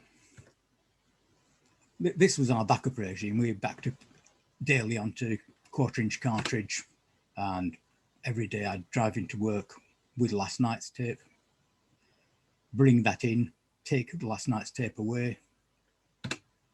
And this does help you feel smug when there are flames licking the building. Because one day, remember the office in Hardwick, it's above a garage workshop. And one day the fire alarm goes off. And you're accustomed to fire alarms going off, you think, nothing much of it. You casually start to walk out and you go, oh, there's smoke rolling down the corridor. I'll get out now. And I think what happened is that they'd ignited some paint fumes downstairs. And in minutes, they got a really good fire going. There was smoke coming out everywhere, all along the building, between the junction between their workshop and the offices that had been built on top. And other people, because there were a couple of other technology companies there at the same time, and they're going headless chicken mode. Oh, our work's lost. And I'm going, I'm as smug as hell. Last night's backup is in my car already, and all the other ones are at home. And the fire brigade came, put it out, and I think it was a few days before we got back in, and everything was tainted with a dark film and soot more in some areas than others. But we hadn't actually lost anything in the office, as it turns out. But boy, it is good to be smug. And shortly thereafter, not wanting to have more fire alarms and have our own property, there were some new offices just off Newmarket Road. And we bought one of those. And having had some experience, which I was going to relate to you, but it was going to be far too long, we did the wiring ourselves. So yeah, a lot of cable pulling was done, pulling coax Ethernet around the building, and Ethernet cables, and IDC tools, bang, bang, bang, flood wire the building. And Mark and I did that in a couple of days, not trusting any other contractors. I'll tell you about that another time. And 1991, when we were in our new offices, I spent a lot of it locked away on my own, working hard on the charts, but nothing seemed to be coming out. And there's a good reason for that, that we had the intention to reuse a lot of this code in Fireworkz, and which was going to be cross-platform. So although Pipedream was definitely RISC OS then, and we could never produce a Windows version of that, I did want a way of producing Windows objects. So I settled on an intermediate representation, and that wasn't producing anything visible on screen, which was worrying the hell out of them.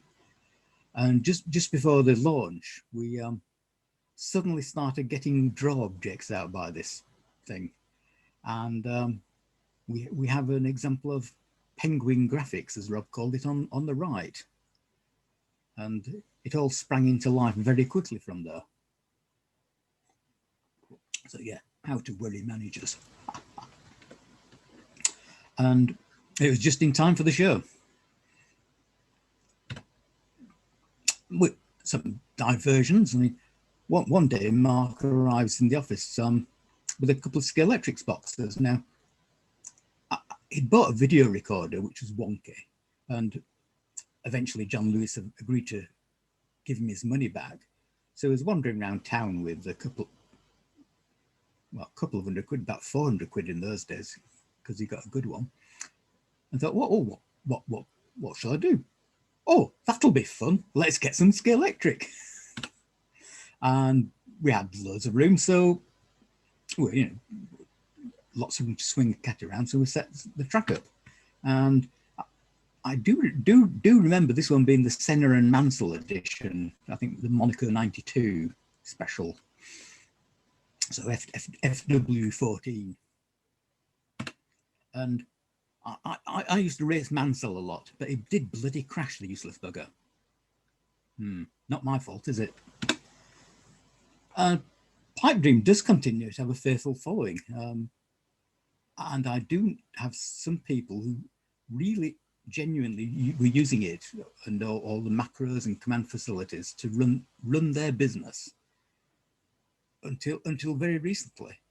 And I did find a few months ago, it was on the interwebs, quote, I don't remember it at all, but it was an Acorn user in 1996 sometime. I said, we've tried to put it to bed so many times that we've given up, that people still want the product.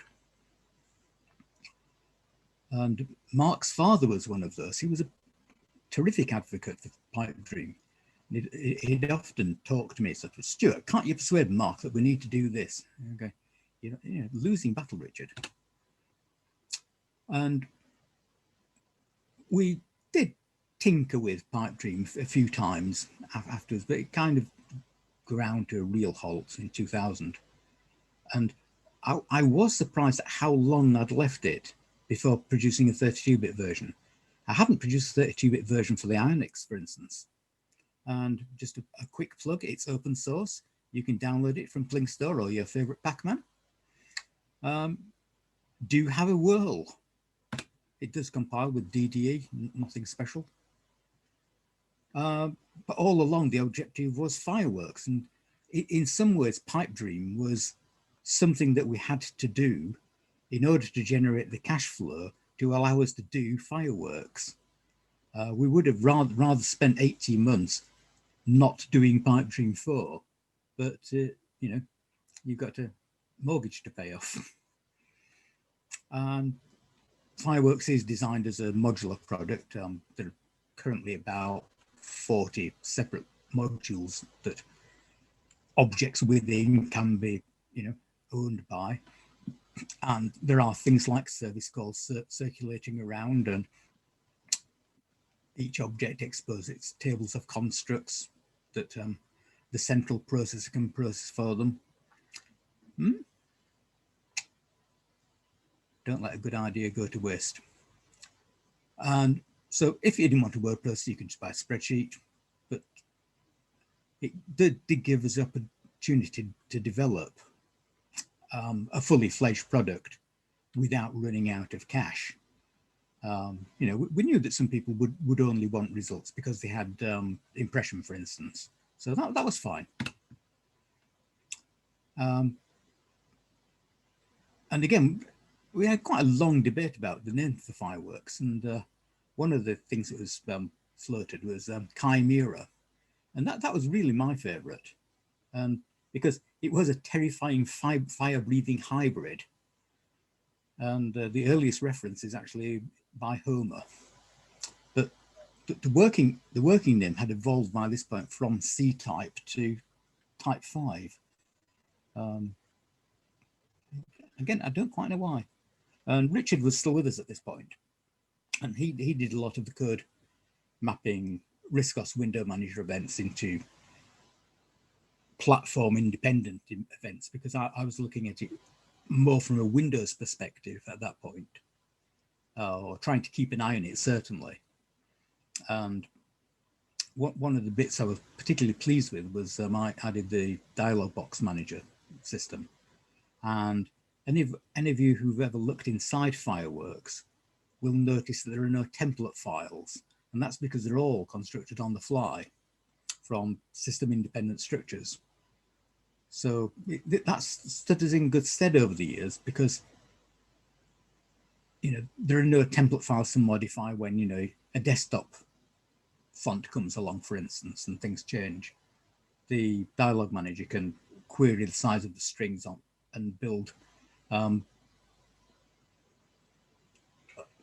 what's the term for it? Gone.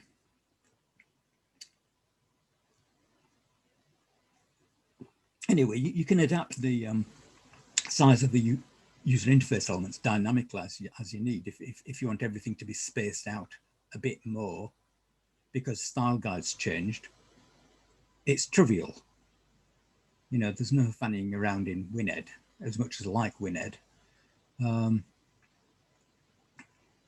And so, again, if you have a different translation, it will attempt to resize all the dialog elements to accommodate that. So that has stood us in good stead. It took a while to get working. And the first thing we actually managed to launch out of this system was Words. And that was in Jan 93. 93, you idiot. So again, that's just the, now said, released January 1993, because we had actually launched it in Acorn World October 92. You know, there's lots of word signs around, and but it was a bit beta still. It wasn't good enough to sell, and we weren't going to sell it to you. We learned. So a few photos of the people around at the time. Carol wrote the Fireworkz documentation largely, and Rob was still with us then, Mark and Adrienne, who was our office manager. Very hardworking. And some months later, again, longer than we thought it would take, we managed to get results out, and that's a spreadsheet only member. And fairly shortly afterwards, you get Fireworkz, which is the combination of the two. Richard had left by this point, and we'd been joined by a chap called Dave Devotchik, or Diz to his friends, and he joined from Acorn. And one of the distinct things with Fireworkz is that Diz wrote a dynamic loader that so we could start the application with just the core set of object modules and then load individual object modules from the disk only if they were needed. So again, we were trying to give you more space back for your documents. And we did use this in the first release of Fireworkz 1.06. And David and I then worked on porting Fireworkz to Windows 3.1. And David then went to work for a small software company in Redmond. I think they were called Microsoft. Wonder what happened to them. And again, don't be a mug, download Fireworkz. Now, Mark had a real passion for motorsport, and which his father Richard continued even after Mark's death. And Mark's best placing in the Hill Climb Championship, which was his chosen sport, much safer than driving around in circles, Stuart. He came second to David Grace in '94. And this was the '94 car. I was up in the Dales and saw that the Barben Hill Climb was on and went over for a visit. And so that's the Ray Rowan designed Roman chassis with a Judd V8, and that V8 is an ex-Leighton House Formula 1 V8. And it was a prolific winner, but sadly in 1995, a new rising star on the scene arrived who was much faster than everybody, a chap called Andy Prieur, who anybody in motorsport would know who the hell that was. And we had an agreement with Iota Software to use their data power engine, which was developed by Neil Rain of Acorn fame. And Paul Fellows did most of the integration of this from the data power end. Mark was helping with the deep plumbing within Fireworkz, and I think I did a lot of help with the generation of the dialog boxes that were needed. Because again, well done, Charles. Because things like the search dialog box has to have a different number of rows depending on how many columns there are in your database. So that was, again, an advantage of doing it dynamically. And this, again, took some time to get out, and we were a bit starved during '94. This came out very early '95, and I don't think we had the enthusiasm to push it hard, because we didn't really want to go up against data power. You know, it was a good database product, and as now sold by our friends at Arcomp. I just thought about that. And this was written by Sharon Fellows. Excellent book. And ta-da, color contrasting. We never did a matching set. And that is the set you get with Fireworkz Pro: spreadsheet guide, user guide, database guide, getting started guide. And as Andrew Ronsley will know, I've been working on trying to get all these guides now into a better state in the HTML distribution. But it was a culmination of all our efforts over that past 5 years, and we were all really quite proud of it. Finally released Feb '95. true chimera. And you can still buy Fireworkz Pro from Arcom.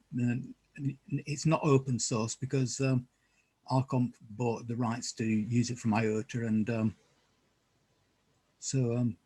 yeah, the shekels need to be paid. But fortunately, for those that don't have it, they're running a half-price offer. Never been better value, hint, hint. Now, we'll come back to Protechnic. Colton sales were poor because we'd launched no real new product. We'd dipped our toe into the Windows market with Fireworkz and sank without a trace. It was bought by people that already had the Acorn version. And we really didn't see a future beyond maybe 97 or 98. You know, it wasn't immediate doom and gloom, but we really weren't convinced about Acorn's strategy. Mark used to go along to Acorn key developer meetings and always came back a bit glum. Now, our friends at Protechnic, where Mark first worked, they'd also recently moved to Signet Co, just a few doors down. And Mark talked to his previous co-directors, and they decided to merge in the spring. And I think Paul saw the writing on the wall and wasn't particularly interested in working on healthcare systems that were operating on Unix mini computers, and better off doing electronics for race cars at Pi Research. Wise man. So having decided to merge, it was felt that Mark, rather than having the office next to me, as he had done for several years, should move down to the bigger office downstairs, and it kind of went along with it. And because we had loads of space, we got a lot of the, their database system was called PHC incidentally. So their programming team started to drift over, and they were all connected via serial lines to their 88,000 mini computer running Data General Unix. And this lady called Anne Beeson was sent over to number 2 to manage them, and arrived one day in Mark's office next to mine. And I had my headphones on and going, oh, there's somebody there. Oh, what are you listening to? Oh, Viv Stanshall. Oh, that's good. Lovely lady. And we consume much curry at the Taste of Bangladesh down the road. And I'm pleased to say that Anne was with me a long time, until sadly she died last year. And yes, we lost Mark. He bought a new car because it was probably the chassis you needed to win the championship. You know, tenths make all the difference. And you know, words can't describe it. It's just tragic. It was the first person killed during hill climbing since 1963, I believe. So, as I've put out on the website, it is 25 years since Mark died. So if you haven't done already, please do at some point raise a glass of your favourite tipple to Mark and the great software that he gave us. Cheers, mate. Miss you. I wish that was whiskey.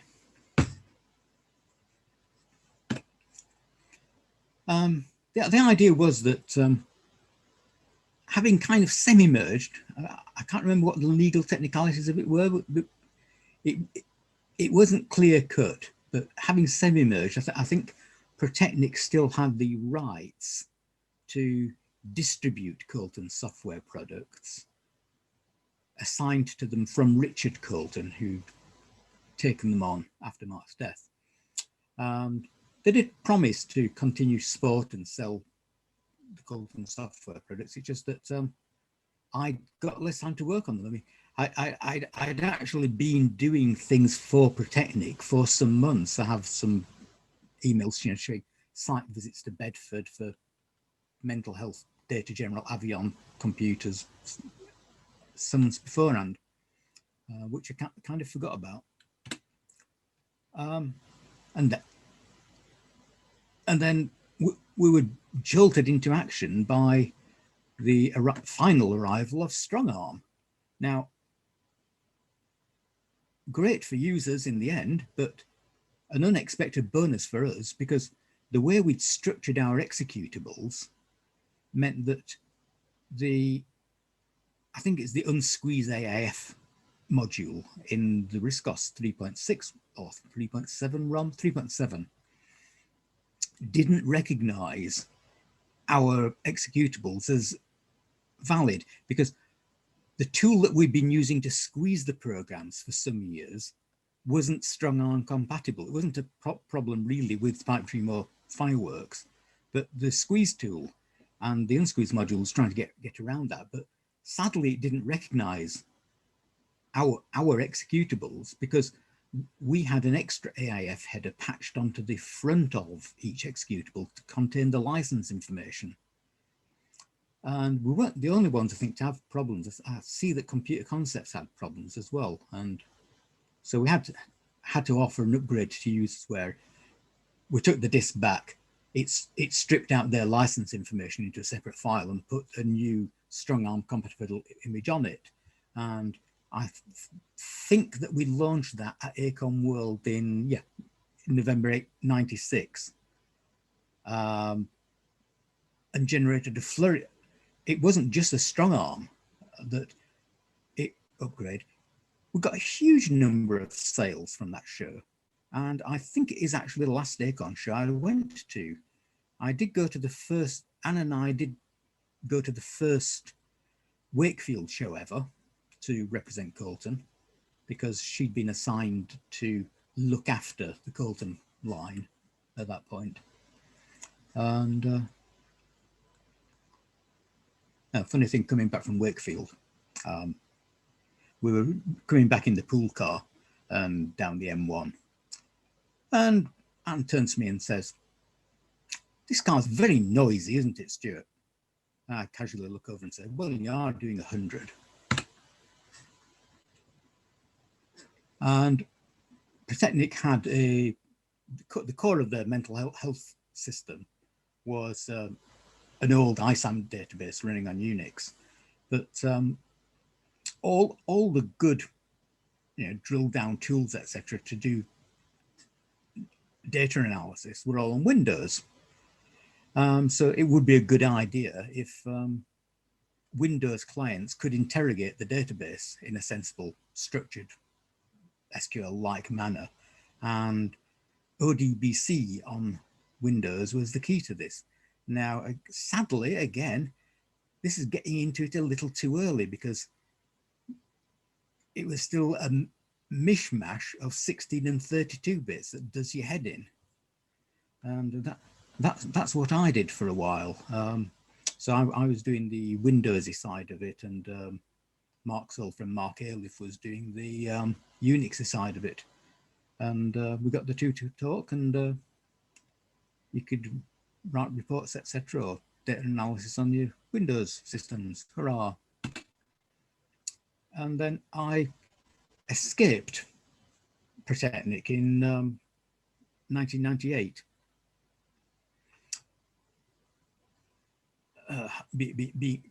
Not be totally inspired by it. Don't wish them harm, but it had run its course. And this was a much further commute for me, but they had an interesting range of stuff: graphics processors, radar inputs, display tracking. When I joined, everything was VME Eurocards, usually controlled by a VME Spark CPU or something. And they were all based around embedded 68Ks and Texas 3420s.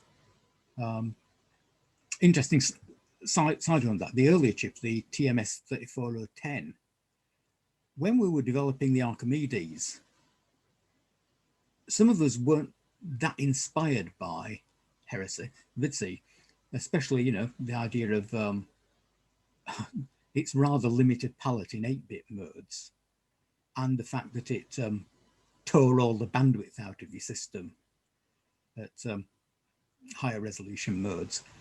We got the guys from TI to come in and give us a demo of the capabilities of the 34010.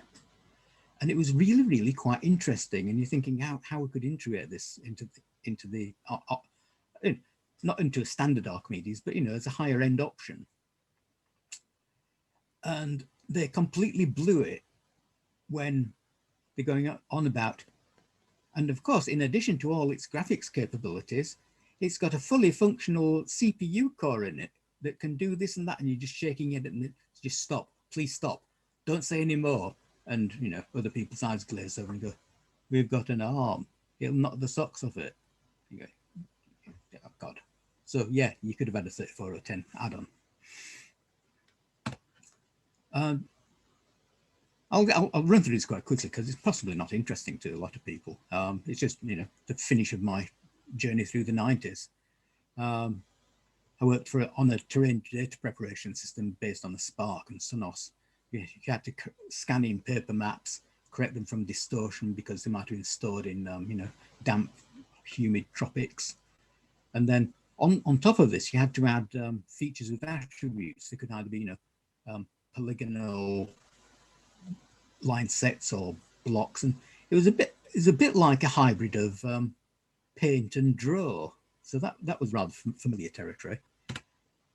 And then Boeing got a contract from the MOD to refit the MRA4 Nimrods, or refit the Nimrods as MRA4 spec. Saw the wings off and new engines and new avionics. So they gut the shell.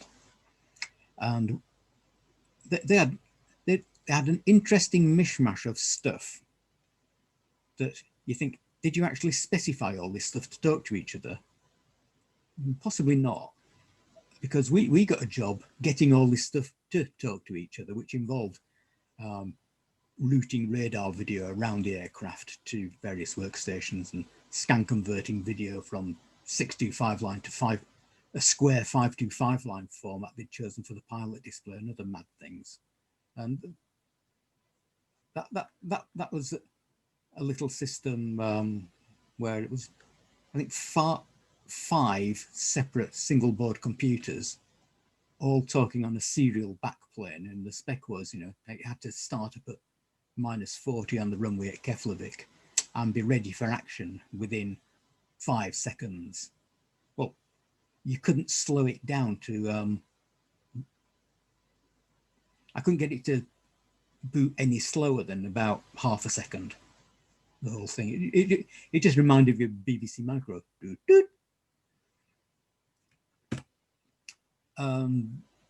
We moved away from VME bus to PCI because we wanted people to be able to integrate our systems into theirs, but using lower cost platforms, because VME Sparks are hellishly expensive.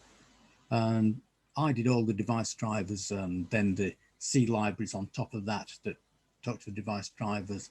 And then there were higher level control libraries on top of that needed to talk to the board support libraries. And icing on the cake was a thing called MetroView, which wrapped it all up, and it was a really good demo program, which of course you have to sell, don't you? And it could, as well as primary radar, it could also take in secondary radar. What you'd often see on the television screen where it says, plane at 34,000 feet, and what's its ID, and that's obtained using a different radar than the primary radar. And this primary radar came back into vogue again after 9/11, when you're not supposed to turn the transponders off on a plane, are you? Because they can't see where you are anymore. The version I did was that you could actually put the secondary radar at a remote site and have it serially linked back to the operator workstation. There were some mobile radars in South Africa we worked on. I think the final thing I worked on was this Centurion digital radar recorder. It wasn't just for the FAA. We sold that to quite a few people. And the specific one we sold to the FAA was for Dallas Fort Worth. I mean, that's such a huge airport. It actually has 2 surface detection radars either side of the airport. So it was actually 2 systems at remote locations taking in the data to be then resynchronized for replay. And I was also involved in the FAA's ASD3 upgrade program. Now, they'd built huge racks of TTL to take in the raw data from this very high resolution radar, which is rotating once a second, scanning the airport surface, because it's to deconflict movements within the airport. So you don't want baggage trains crossing taxiways at the wrong time. And they had this huge TTL implementation, which was starting to creak. And we offered them a one new rack containing a couple of cards. And I spent a week out in Oklahoma City with the FAA integrating that and introducing them to the concept of real beer. We found, because they told me, oh, there's nothing to do in Oklahoma City. So I was staying in a hotel on the outskirts of town, went downtown. And the first thing I stumbled across is a microbrewery. There were some wonderful beers. So I started dragging the guys from the FAA out there and go, this is wonderful, Stuart. Yeah, it's on your doorstep. Back to RISC OS. Now, while still in Cambridge, I was approached by Castle, or Gerald was, I think, to start with. Because after leaving Protechnic, they weren't really interested in keeping on the Colton software side, especially one of their secretaries left who knew how to do all the upgrades. And Gerald Fitton took over that. Now, Gerald had been supporting Pipedream and Fireworkz users since Pipedream 2 days, I believe. And so he and I worked together to keep Fireworkz maintained on and off, because I had offered to do a couple of hours a month.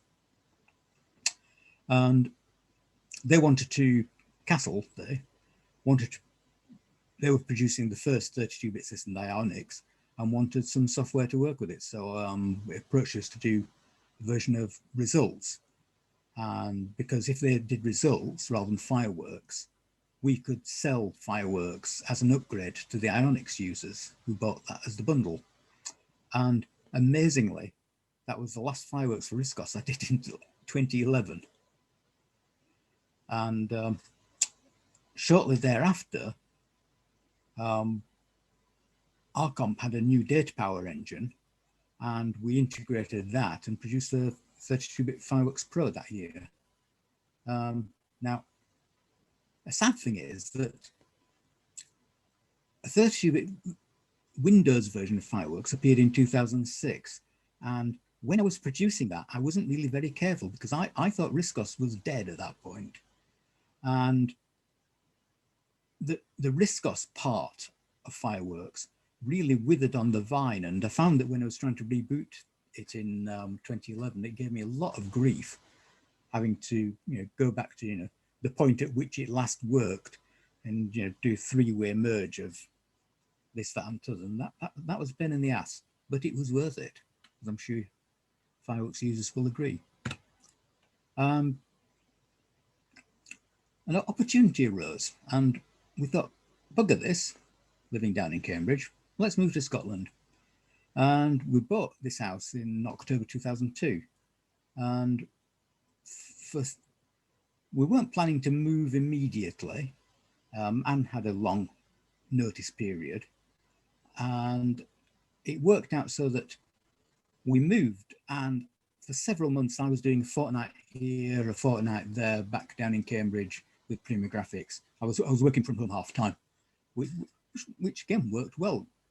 Foreshadowed this by 18 years, didn't it?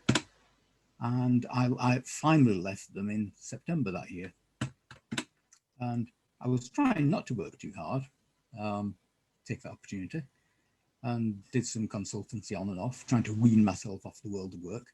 I had old friends at Prima Graphics, and got some work off Paul when he was at Amino, and after he moved on, got some more work from them, and got some work from Alert Me as well. Prima Graphics was doing some it's PCI and mezzanine cards. We've completely redesigned the our radar interface cards, and so that they needed all new drivers from the ground up, and both sports and what have you. I worked on the Amex boxes. I'm sure you've seen them, the little aluminium ellipsoids, the 103 and 110 now. Paul describes them as having the Ant Fresco browser, and the standard configuration did, but there were some clients who wanted an alternate browser called Opera, and that was written on top of Qt, so that needed quite a bit of work to get those things to integrate properly. And there's also a couple year later, maybe, an effort to extract subtitle data from the video streams and replay that in as a video overlay, so it helps with that. Alert Me was a simpler job. It was a network load balancer, because you had a lot of hubs calling in sporadically, and a number of central servers, and this thing had to distribute between them. Now, it couldn't be dynamic, because the way they designed their system at the time was that each hub, once it had established a connection, even if it broke it again, wanted to be served by the same physical server. So you had to maintain a database of where it should return back to if it had broken off uncleanly.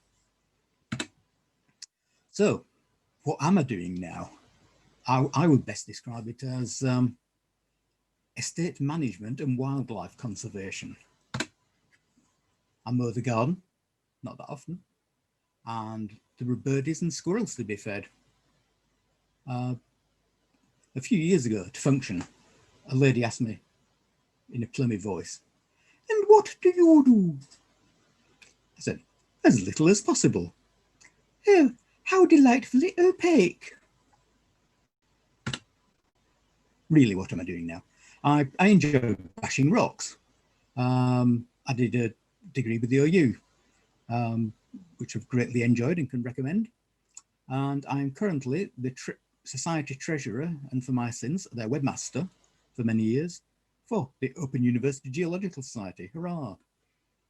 I keep tinkering with Fireworkz and pipe dream, and I'm amazed and pleased to see people still using it.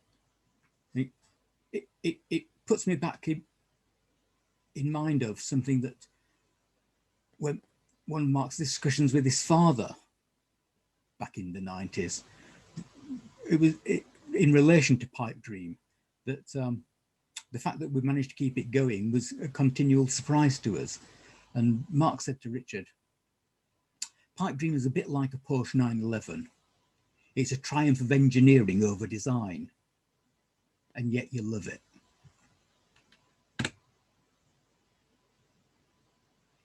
So, some regrets. I would have liked to have versions of later RISC OSs made available for pre-RISC PC systems. It seemed a missed opportunity. Again, you can load the modules, but it takes your memory, and soon your pre-RISC PC systems become useless. You know, there was no good reason to stop supporting RISC OS 2, really, in a lot of cases. I was disappointed that Acorn chose to stop supporting RISC OS 2 with shared C libraries, because we only recently dropped support for that, because a lot of schools that we had, I mean, we had some huge site licenses with schools, with education authorities in Scotland, and they had a huge range of systems that were trying to support, you know, RISC OS 2 up to RISC PCs.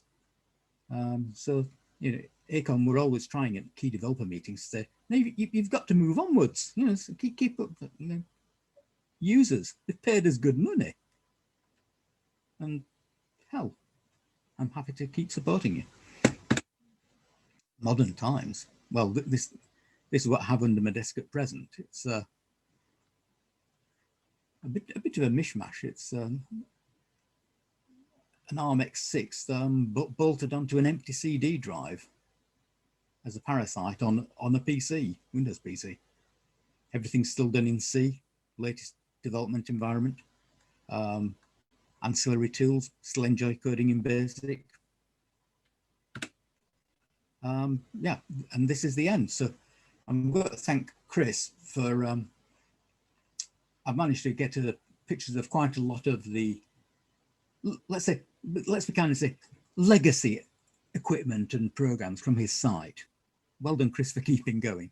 And well done, Chris Whiteread, for having amassed such a huge collection of Acorn-related stuff. I believe it's mostly now with the Centre for Computing History.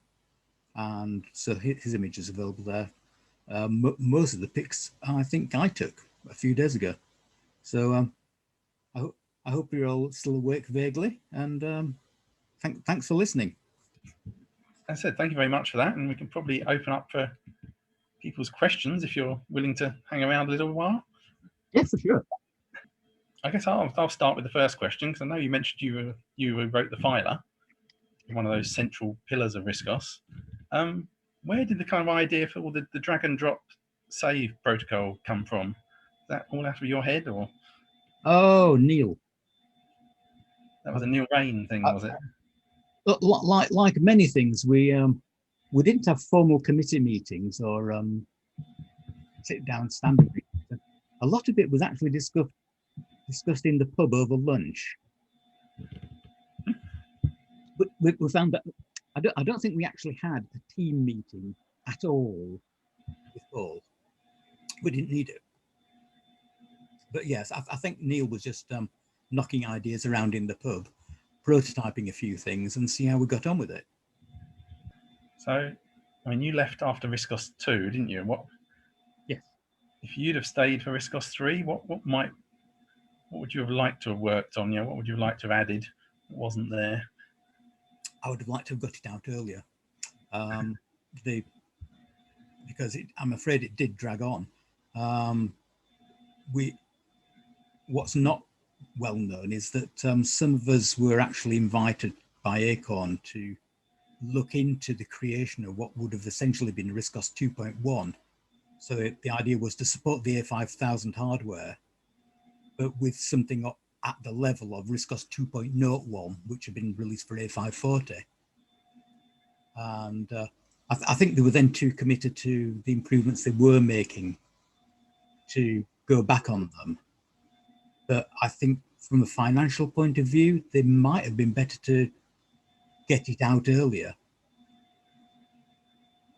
So I wasn't really missing anything. I mean, 3 was a bit of a disappointment. I mean, 3.1 was fine. Again, I don't think I would have bothered putting the applications, maybe only edit in the ROM. Didn't see the point. Yeah. Maybe it was just because they had to go up to the next size ROMs, and therefore, what do they fill them with? I don't know. Yeah. There probably wasn't an intermediate size they could use. But yeah, edit being in there is always good, because if anything goes wrong, at least you can edit the startup file. Oh, they should have shipped Twin. It really was good. Yeah, I have never used that one, so I can't comment. One of Sophie's better efforts. She's done all right over the years, I guess. I think so. I mean, there's so many other things I could have talked about as well, that you can think about things like the 6502 emulators and think, yeah, that started with Sophie Code until our group, it landed in our group. You mentioned that the Fireworkz, the Windows version, kind of didn't take off. Was it kind of because it got swamped by the Microsoft Office juggernaut, I guess? This is the timing. In some respects, we did have better ambitions. It could have been developed more. Mark sincerely thought that, but we knew that we were only going to get a fraction of a % of anything, because by this time we'd noticed this with pipe dream, because pipe dream have been used a lot in schools for unrelated work like typing, and then suddenly the plate typing specification changed, and the exercises weren't do this, it was do this in Microsoft Word, and you've lost immediately. You know, you're trying to teach people how to do things in a, or you should be in a more abstract way, rather than saying, you know, this is a 6mm socket, you need to use it to adjust that nut, which is a bit boring. And again, a lot of these choices were foisted on schools who wanted to be independent by their LEAs, who said, you know, we all have to move over now, lock, stock and barrel, to Windows or whatever, and that particular application suite. It wasn't always Office. They couldn't always afford Office. It was Works a lot of the time. I mean, for most people, Works would be quite sufficient, really. Yeah. I think a lot of people have Office almost out of habit, rather than because they particularly need all those advanced features. Everybody just assumes everybody else has Office. It's crazy. We were doing something the other day at the Geological Society, you know, prepare some presentations for a virtual festival event. And we were being told, oh, do them all in PowerPoint. And you're going, the users don't have PowerPoint. And you're going, yes, they do. And you go, look, you can't even get PowerPoint Viewer now. Mm. You know, everybody can download OpenOffice or LibreOffice.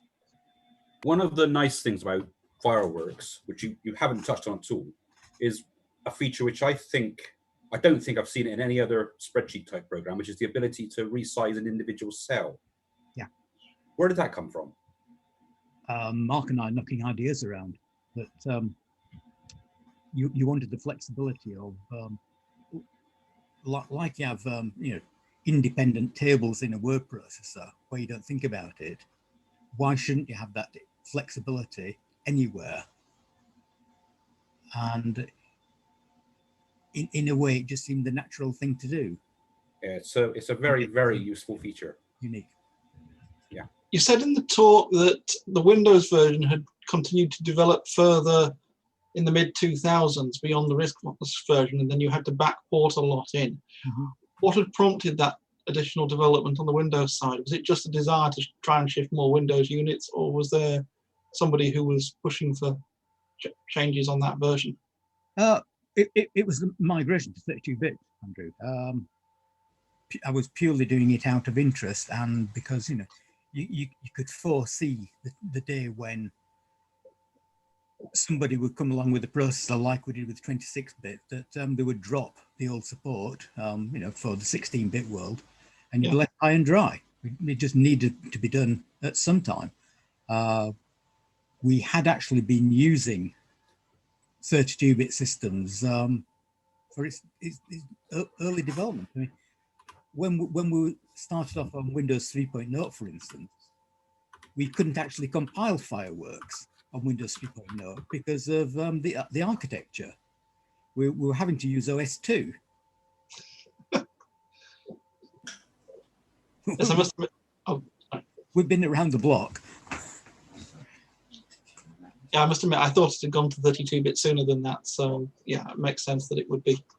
Oh, I had a stab at it, and it stab at it early 2000s, and that didn't work. Some subtleties in the dialog code, not in my dialog code, but in the way that you interfaced to the Windows dialog code. Because of the way I create dialog templates on the fly on Windows as well, and that was just a bit bizarrely different. Nothing's ever easy. ARM assembler is easy. That current ARM assembler, or the original ARM assembler, it's got rather more complicated. Well, original. Amongst all your old files and hard disks that you've kind of trawled through over the years, are they all backed up somewhere? Because I'm sure, Yep. talking about the Computer Museum, I'm sure they'd love to get hold of some of this stuff as historical information. I just sent a pile of stuff over to Paul Fellows the other day. But yeah, I really would like them to have that trilogy of ROM. It's here. It's on the wall.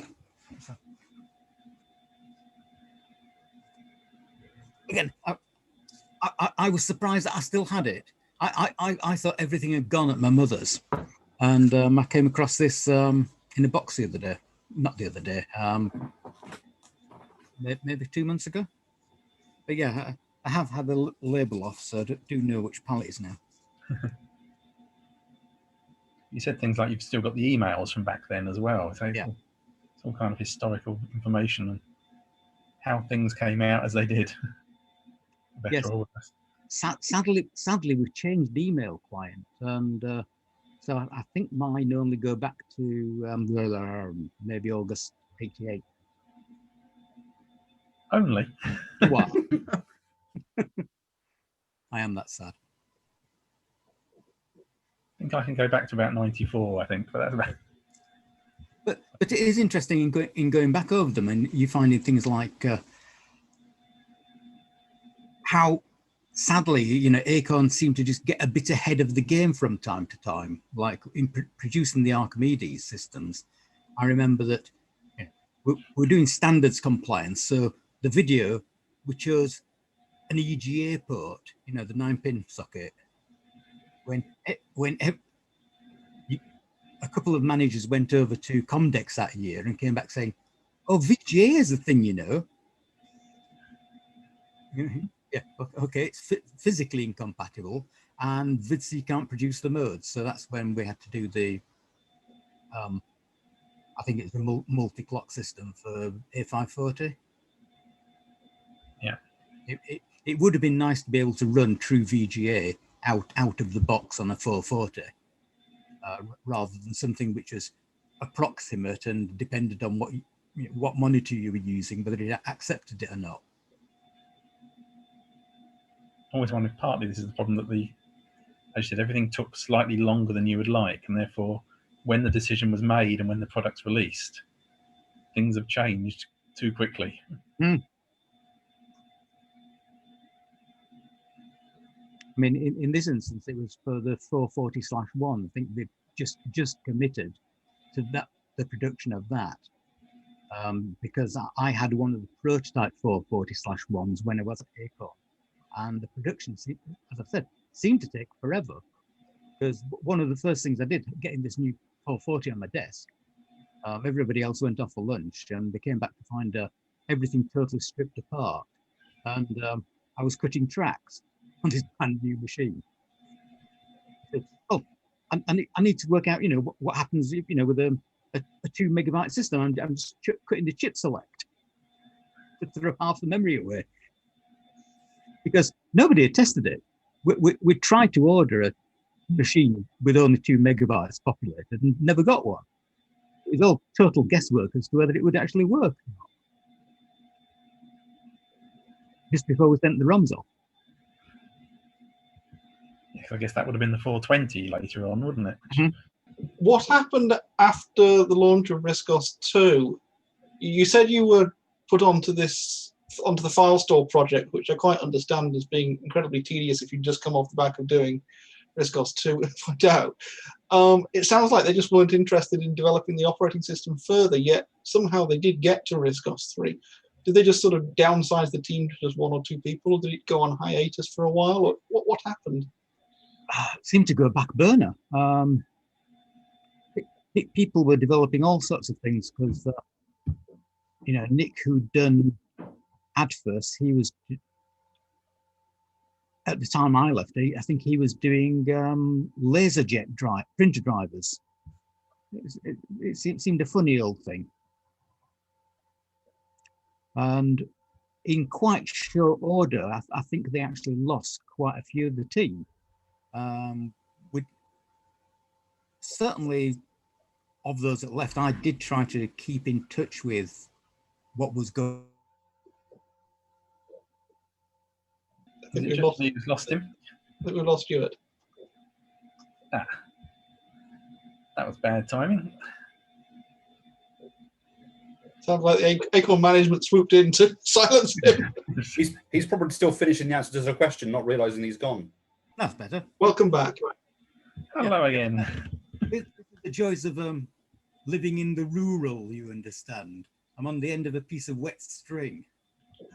Well, at least it got through all the important bit before breaking. I know. I think probably, just in case you have any more problems, I think I just want to say again, thank you very much, Stuart, for joining us and giving such a talk. It's been sort of an expiating thing, get things off your chest. Was there any talk of doing additional modules for Fireworkz beyond the 3 basic ones, word processor, spreadsheet, database? Well, you consider the charts one, and it's a large sub-module of the spreadsheet. And we did have plans to expand that more, which didn't come to fruition. But really, no. It's the more modules of things like, you know, more import export things. There was, Mark had on the go when he died a flowing text scheme, but that never came to anything. Would that have been more like a desktop publishing? Yeah. Yeah. That's what I was wondering about the resizable cells, because at the moment there's no way of flowing text around them, but that would possibly link into that. Yeah, and also that at present, you know, you see that draw objects you can either have behind or in front of the text. It isn't actually called, you know, an image layer or a draw layer or anything. It's called the note layer, because you are supposed to be able to type into it. We never did that. Kind of interesting that kind of integrated packages never seem to really take off, did they, as such? Because although people think of Microsoft Office as an integrated package, it's not. It's just 3 separate programs that vaguely look similar. Yeah. I suppose looking back at it, one regret I do have from the Colton days is I was quite proud of not looking at any competitor's product, because I didn't want to be influenced by them and say, oh, you ripped that off Eureka or Schema. And it's only in the last 2 years maybe I've gone back and looked at these things on the old RISC PC. The gold copies of them out that Rob had. I'm thinking, not bad. I think part of the reason it never took off, the concept of the integrated package never really took off, was because a lot of the integrated programs were cut down versions of other applications. So you had things like Microsoft Works. I think IBM and a couple of others, I think there was a Lotus thing, I think there was something by Borland. They were always cobbled together small bits of bigger, better programs that never really gelled together. And because they weren't being sold for as much profit, the concept of the integrated package was always the program for the people who can't afford the full versions. Yeah, and you could tell that they'd been designed by different teams and then strung together as best they could. Yeah, and that's the advantage of just having 2 people in adjacent offices who, you know, the prime movers in it, just bouncing ideas off each other. Yeah, I mean, certainly Fireworkz is the most integrated I think I've ever seen a package ever get in terms of bringing the different elements together. And it always struck me as a strange thing that just some simple things like the idea of that a table could have formulae in and be more like a spreadsheet. You'd think would be a fairly obvious concept, wouldn't you, really? But there we are. It depends how you're coming at it. If you're coming at it, how do you do spreadsheets in WordPress? Then yeah, it's obvious. If thinking, I just need to lay out some data in a tabular format in my WordPress, then it's not. Yes, you have to have table mate and import it into something. And then you start getting to object linking and embedding, don't you, where you actually have embedded a spreadsheet inside your word processor. Funny that you mentioned that, Brian. Watch this space. Oops. Excuse me, after all of this, I've got a stupid question to ask. I'm a little bit confused by Fireworkz and Pipedream because they seem so similar and they say they do. So why would you use the one and not the other? Well, I suppose conceptually that, you know, they both have the same central element. You know, you have a cell. It's just that in Fireworkz, the cell structure is hidden from you a lot of the time. If you look at it from a word processor point of view, probably if you think of anything, you're thinking of rows, and you might have a few columns in tables. But you know, the idea that you might assign an A1 address to it is neither here nor there. They are really, really quite different under the hood. You know, Pipedream has to have a fixed height row everywhere. It can't cope with variable height rows in its architecture. Nor could it do variable width columns across rows as people have described. It's just not there.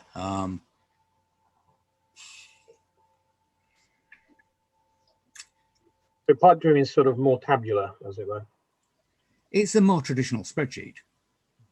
Yeah.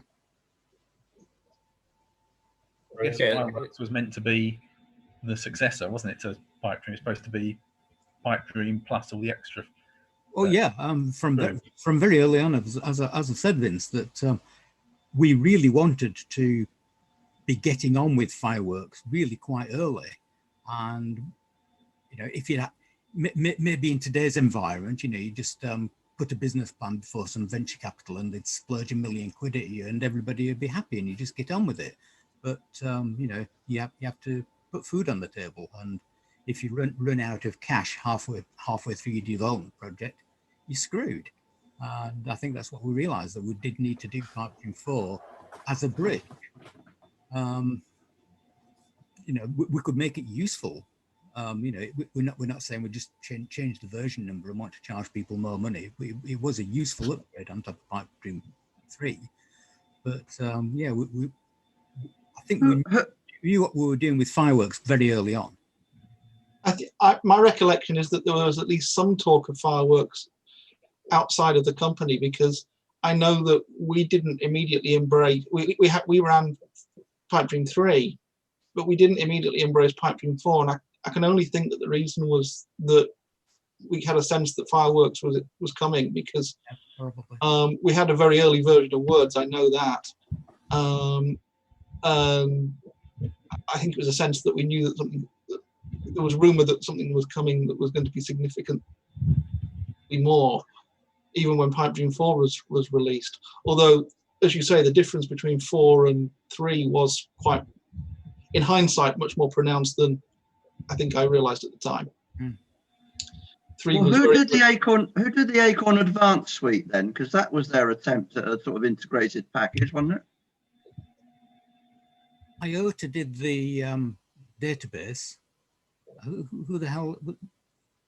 Advance was GST First Word Plus. Was that rolled into it? oh crumbs. Wasn't it cut down I think impression? it was Schema. Schema for the for the. You're right.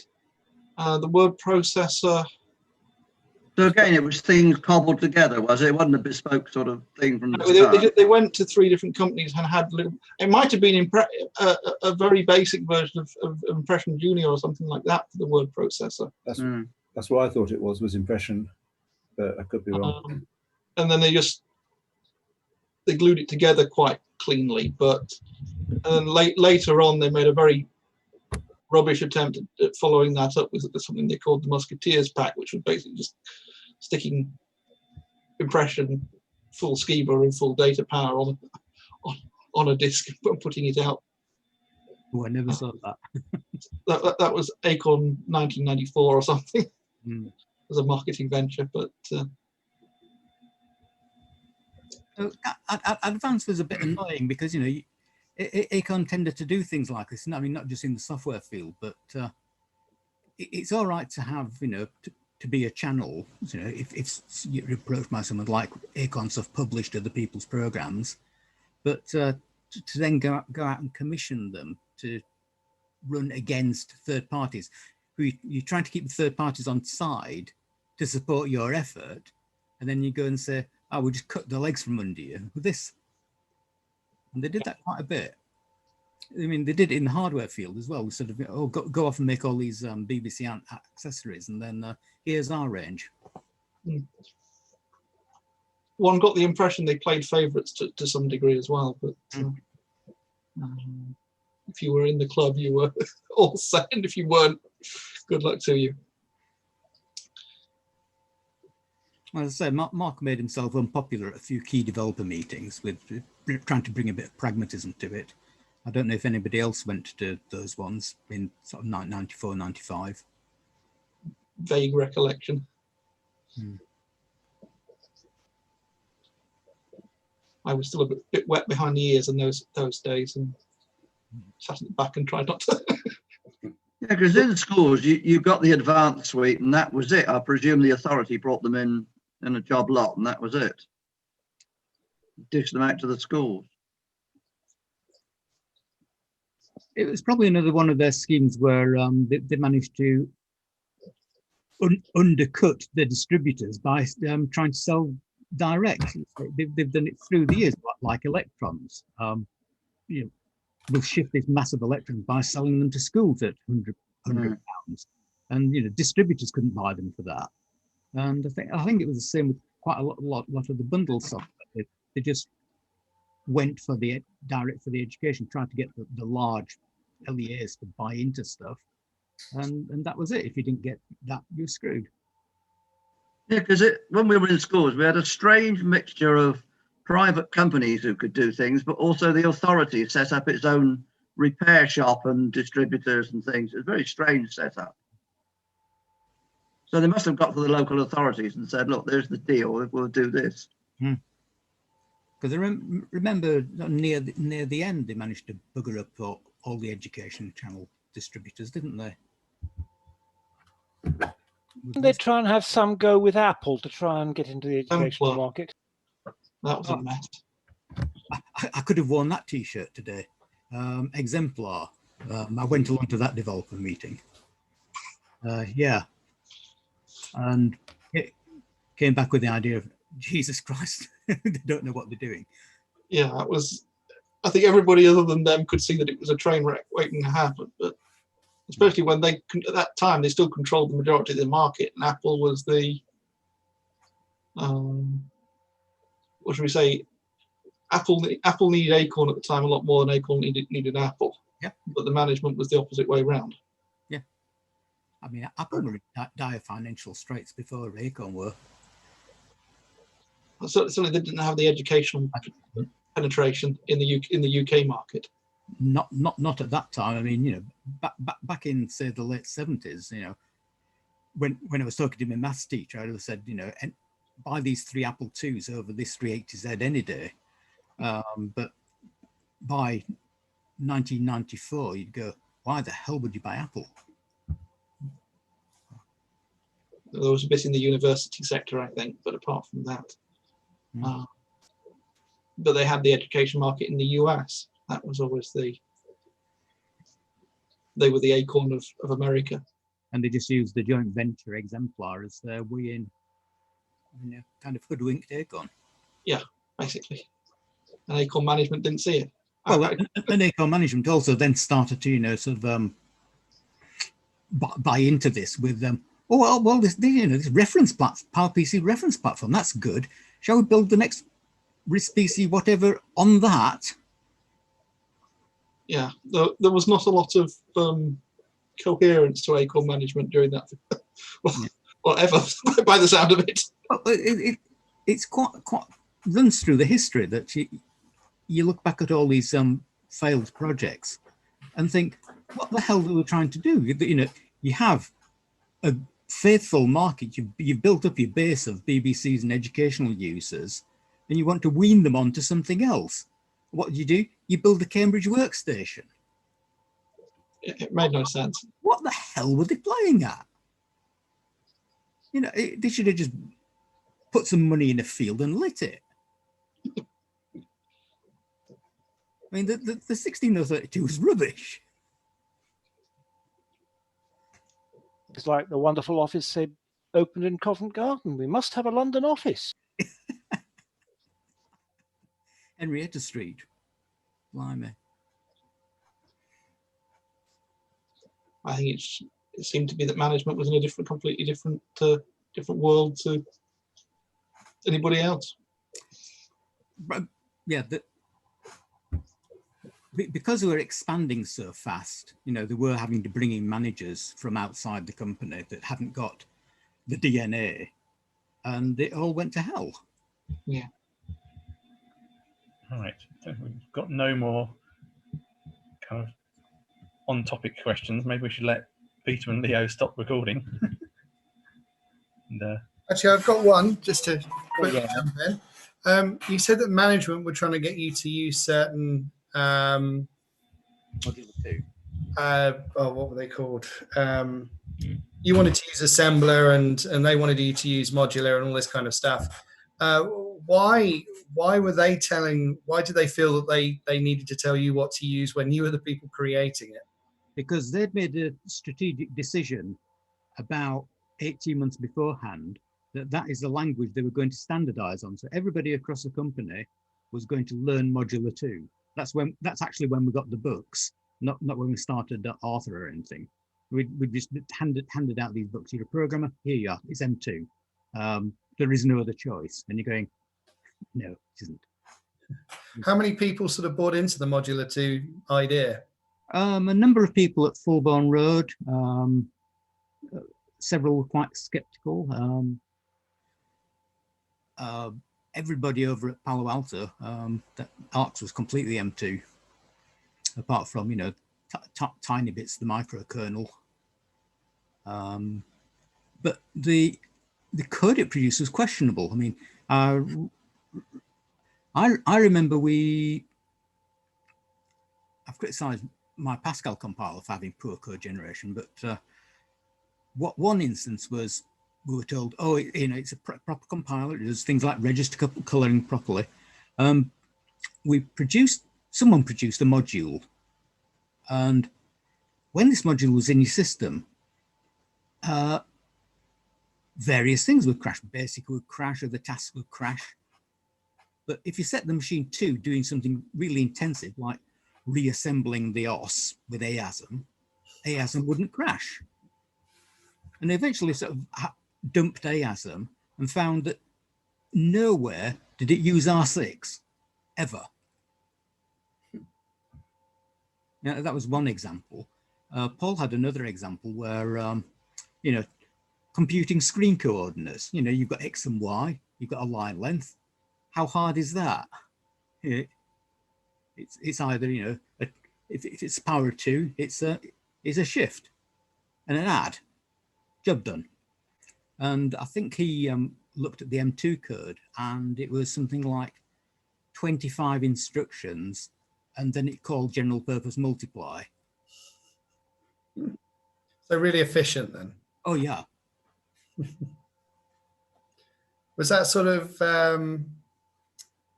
you know, that attitude from management, you know, broadly speaking, was that sort of in terms of trying to put through these grand ideas? Do you think that was they would have done a lot better listening to the engineers on that and maybe other things as well? Of course. I mean, it's not just management. I mean, you always need a dialogue going on rather than things being enforced upon you. I used to make a point of wandering around Newmarket Road.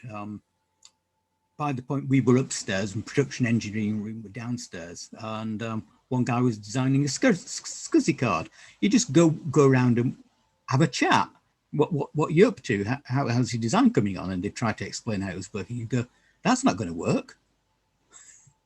But you know, but this manual says, you know, interrupt latency on the ARM. It's only so many instructions. Worst case. So what happens when we turn interrupts off? You don't do that, do you? Yeah. So it just sounds like more communication. Talk to each other, yeah. Yeah. I tried to. How separate was the RISC-OS team or Arthur team from sort of well-known faces like Sophie? Pretty distinct. I think if there was any communication, it was usually through Paul.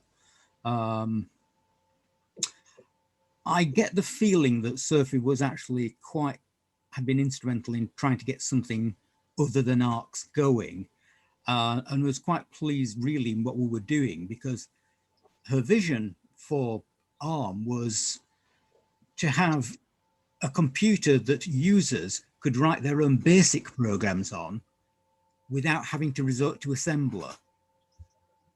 And you couldn't see that happening with ARCs, really, could you? Not really. And I did talk to her occasionally from time to time, and memorably the time when we were discussing BASIC. Now, I mentioned position independent code, and Sophie had been on about this for a while. I thought, yeah, you're right. It is stupid to write position independent code.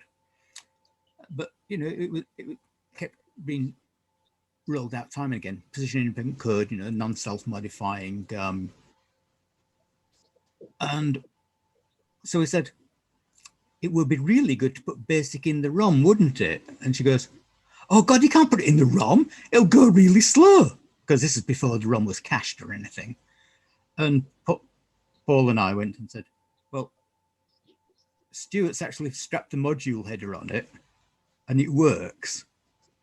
Will you do it properly? I better I'd do then. You can RM faster it, you know.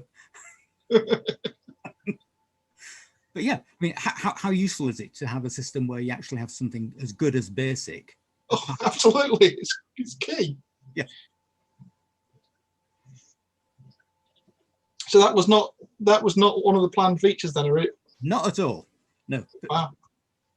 No, BASIC was one of the, you know, applications at 8,000 in single tasking mode, or if you're lucky, it might do some WIMP stuff. But yeah, it just came in a flash. It can be put in the ROM. It's going in the ROM. Do you agree to it going in the ROM? Nod or Stuart?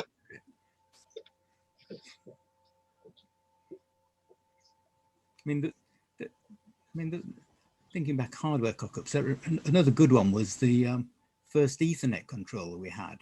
I think that ended up being designed so it couldn't turn interrupts off, which I think is one of the reasons why the A540 backplanes have GALs in them. So you have to admit the interrupt both on the device if it can be done and in the GAL to let it through. Otherwise, you just get stuck interrupts from the Ethernet. Yeah, again, talk to your software team.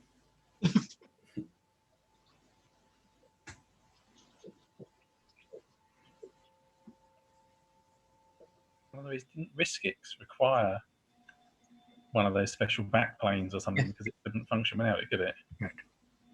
Or it functioned with Ethernet badly. It functioned badly, yeah, because they had to do interrupt masking in a different way. And because I remember the intention with those initially was to just have a complete separate boot, but I think the production RISC-X's, they had to cut down RISC-OS, didn't they, to boot them? Yeah. Because I did work on the first M4, which you might be aware of, which was the predecessor of the A680 technical publishing system that died a death. And that was the first dual MEMC system. I helped Dave Flynn get that up. That was populated with, I think, Ethernet and SCSI on the main board. It was huge. And I'm sure that the plan at that point was to just have Brazil and something tiny to boot from SCSI, which never came about. I may be showing my ignorance, but I'm not super familiar with Brazil and what it. I mean, it sounds like it was just an absolute minimal. Yeah. Bootloader, effectively. The ARM tube operating system, and not much more. I mean, on top of things like a tube operating system, it did have things like allowing you to set local error handlers and the environment for the running process that weren't passed to us. So it did have a wee bit more, and things like OS exit. I think the history of OS exit was, and tied into the word Brazil, was the tiny kernel on the 16032, which was later renamed Pandora. And I don't know if anybody remembers there was a system call on Pandora. Because BASIC didn't run under Panos, it ran straight on top of Pandora. I think that was the first system that they had an equivalent of OS exit in. So BASIC would issue its sysexit. And there was actually a message we found in BASIC, which was BASIC tried to die, but tiny kernel wouldn't let it. So I think a few things came from that. They needed to set program environments locally. But yeah, Brazil really was the bare minimum, because you're intended to run applications or other systems on top of it. There's a question in the chat that says, who wrote Brazil? Sophie. And on which processor originally? Was that originally for the 16032 then? Or? No, that was tiny kernel. I think that was Harry Meekings. So Brazil was just ARM? Brazil was purely ARM, yeah. And appeared on the ARM development systems and Springboard. And a butchered version. There is a butchered version I've seen for the M4, which made me think that they were trying to do a very minimal boot system on that. You mentioned very, very briefly, and I may have misheard because you were literally transitioning from one topic to another, something about a shambles about 65 host. Or did I mishear? Oh, I think that was at the end. I was worried about how long the talk was going to be anyway, and thought I better leave this out. There's a load of shit about Ethernet and 6.5 emulators and quite a number of other issues. But yeah, 6.5 host. What happened with that? We got hold of that, I think, pretty much as soon as we got into Newmarket Road, and had built the first ARM system. And it was fun because I do remember David Johnson Davis was still there at Acornsoft, and he left I think he left in late 85 and resigned 86. Because he was MD Acornsoft, and he and I were talking about the 602 emulator, and it was he who came up with, if any of you have seen the code for the original one, rather than branching back to the start of a loop which does an opcode dispatch, it actually does the opcode fetch and dispatch at the end of each instruction. So each instruction is then padded out to a power of 2, so it can then use a MOV PC LSR2 of the opcode you've got, and that was David's idea. So that saved a branch on every 602 opcode. So we were working on it certainly in 85, and there's no point to it then, because what you're going to do with it. ARCS is the future, and that's not going to run BBC programs. And it reared its head again when we were doing Arthur, and we thought, well, we're trying to make Arthur work with well-behaved programs. Let's emulate the tube better. And Tim did a lot of work on it, Tim Dobson, to make the tube 6502 work. I did some work to get the 6502 host working, but not very much. And that reared its head later on in the project, when you're going, I'm on the bloody critical path, I can't be doing this, but we need this. We need this BBC compatibility increased. So I did a lot of work on that prior to leaving. And I certainly remember it coming with the RISC OS 2 ROM set. it did. It's on that app list too. And it got a lot of, to my mind, undeserved flack, because in the accuracy of its emulation, because it was an 8 meg ARM too. It was a total compromise of what we could do. You could more accurately emulate the hardware, but at the expense of slowness for all other programs. And you know, it was already full of compromise. It's already full of bodges, like, you know, sort of the basic ROM has to go into slot 10 because WordWise needs it there or something, or 12 rather. When did the you mentioned file types being just A, B, C, D, just the individual things. When did it transform from that to what we know now? Oh, probably about week 1 of Arthur. Oh, right, okay. Because I think we'd looked and the centisecond timestamp used in Panos was quite clever, because I think the exec was 4 bytes and the load was 1 byte at the bottom. So if you had a load address of 6Fs something, then it was destined for the IO processor, but it couldn't load into the IO processor at FF. So it was obviously invalid. So that's why they chose it for Panos. And I think that we'd looked at it and thought, well, we can steal another nibble, because if anything on the IO processor is in the ROM, isn't it? And it's invalid. And then by the time Arthur came along, maybe 18 months later, we're thinking, there isn't an IO processor anymore. We'll just do the top 3 as F and have the rest for file type. 4096 will be enough, won't it? Like Bill Gates. I think originally the idea was to much more reuse of file types, so that, you know, sort of like there'd be a single one for all sort of word processor documents, things like that, rather than the granularity that you.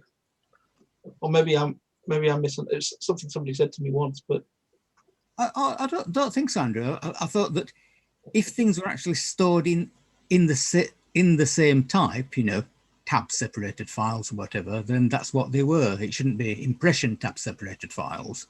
But you always knew that the impression style binary document was going to be different from other word processing documents. Okay. I think that's why we allocated quite a huge range for ISVs. Fair enough.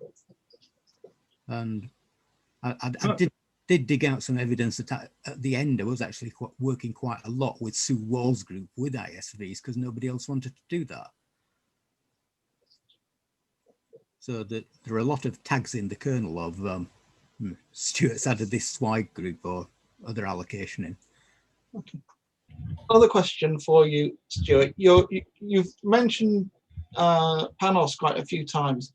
It's not something I'm familiar with. And nor should you be. Here be dragons.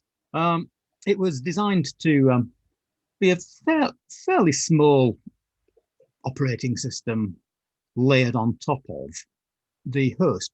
The Cambridge workstations were never intended to run as 32/16s standalone.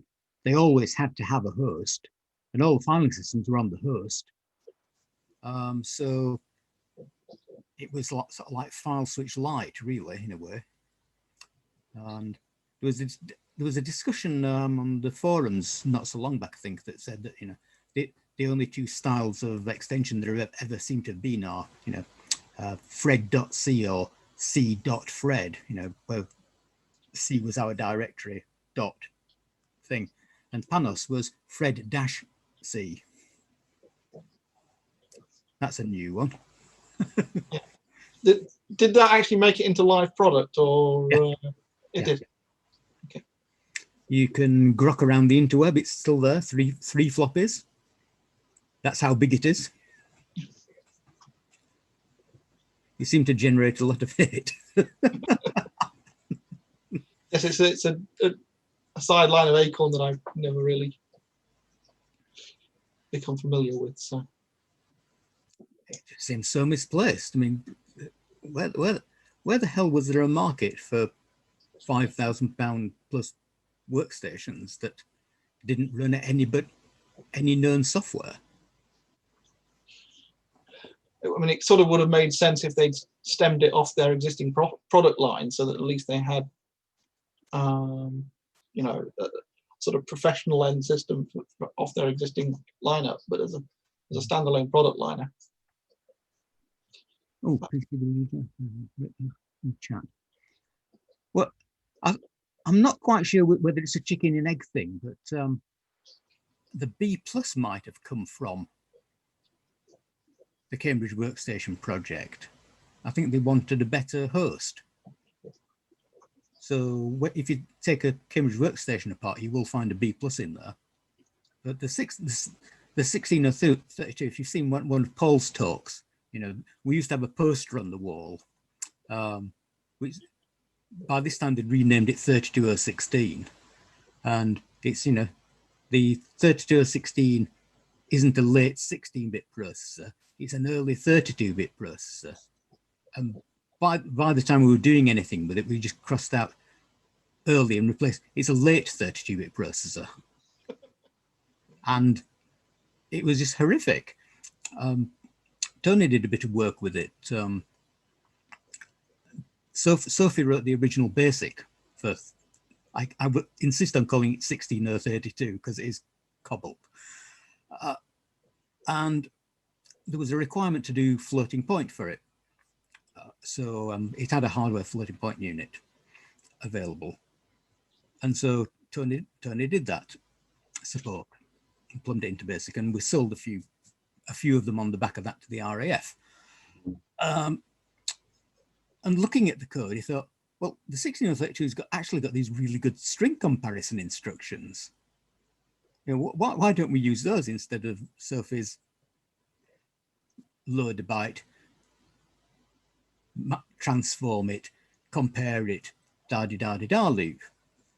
And it was really appalling. That I think the break-even point was you had to have something like longer variable names longer than 6 characters everywhere to win, because the string copy instruction took something like 90 cycles before it read anything.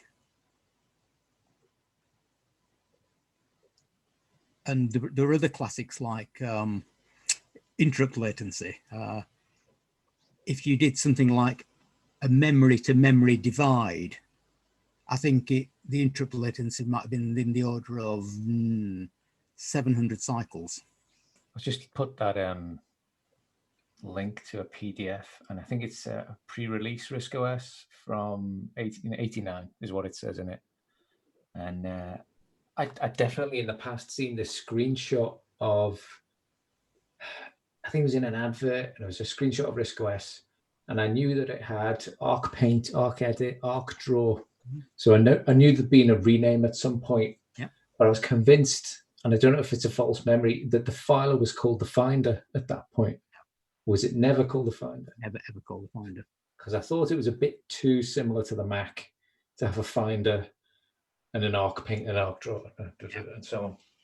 Yeah, cool.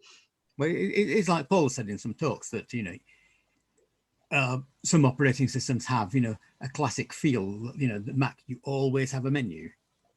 So if you have something going across the top, they're likely to come after you. So you always have something across the bottom. As for the lawyers saying, you know, RISC OS 2.0 note is something to do with OS 2. Yeah. That's lawyers, though. But yeah, you're right, David, that there was a period when they were called Arc Thing. Seems to have an orange switcher icon as well. Oh, it was an A symbol. Yeah. Yes, the orange bit doesn't make a lot of sense because by that point the Archimedes had a defined logo, with the blues and yellows. So I mean, it looks like the desktop palette hadn't quite stabilized as well. Oh no, not in Arthur 1.2. It's getting there, isn't it? But, yeah. I mean, it's too vivid. There's too many primaries. Yeah. and too much brown. We'd had enough of brown. That was another of our hardware projects, was at Acornsoft. We did a palette that I think somebody asked Chris Turner about it in the talk a few days ago. Why didn't the BBC have more colours? And the answer was that it had TTL output for the RGB, and the Microvitek cubs we supplied had TTL inputs. But you think, well, you can do better than this, and so you can actually use the 8 bits you're being, 3 bits you're being fed as a lookup into a SRAM, and get an RGB value out of that. I think we might have been using 4 bits at the time, and feed them to DAX, and had the back of the Microvitek monitor we had, plumbed it into the analog inputs, which were hiding there behind, trying not to be electrocuted, and fired that up. So we could program the SRAM. I think it might have been on the user port, some hack. Yeah, so 1985, we had 4-bit color on the BBC, except it was a bit brown. It needed some production engineering. Yeah, there were lots of nice ideas that would have been good to carry forward with some proper engineering. Yeah. We were just hacking. I mean, incidental to that story is that we're trying to actually order the components to build this Lasher pallet board. And I phoned up Farnell, and this is 1985, remember, when Acorn had no money, and got, we can't supply you, Acorn are on credit hold. So you phone up RS. Acorn are on credit hold. So nobody in the company can do any freaking development. I mean, if that's us as well, you know, it's gone. So we had to trog down to G's on Mill Road and watch Mr. G open his little trays up, and what has he got inside these little trays? It was fantastic emporium. He had everything. But yeah, credit hold.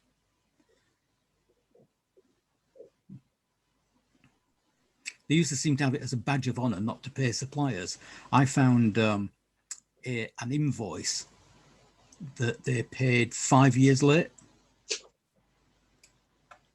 I shortly after, maybe 6 months after leaving, the first copy of Poster came out, and Acorn commissioned me to do a technical review of it, which I did, and submitted an invoice and forgot about it for 5 years. Many of the people who've had to issue winding up orders against Acorn to actually be paid.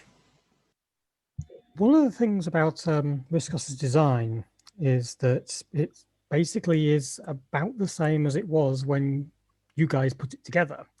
It's still got modules, it's got vectors, it's got spike calls, it has all those things that you originally put together. Basically, we're still running a souped up BBC.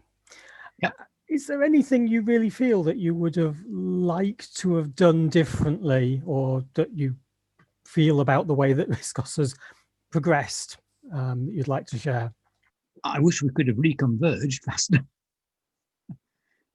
You know, there are good things in each fork. It'd be good to get it back together again. But for the overall design, I think that that's what we're stuck with.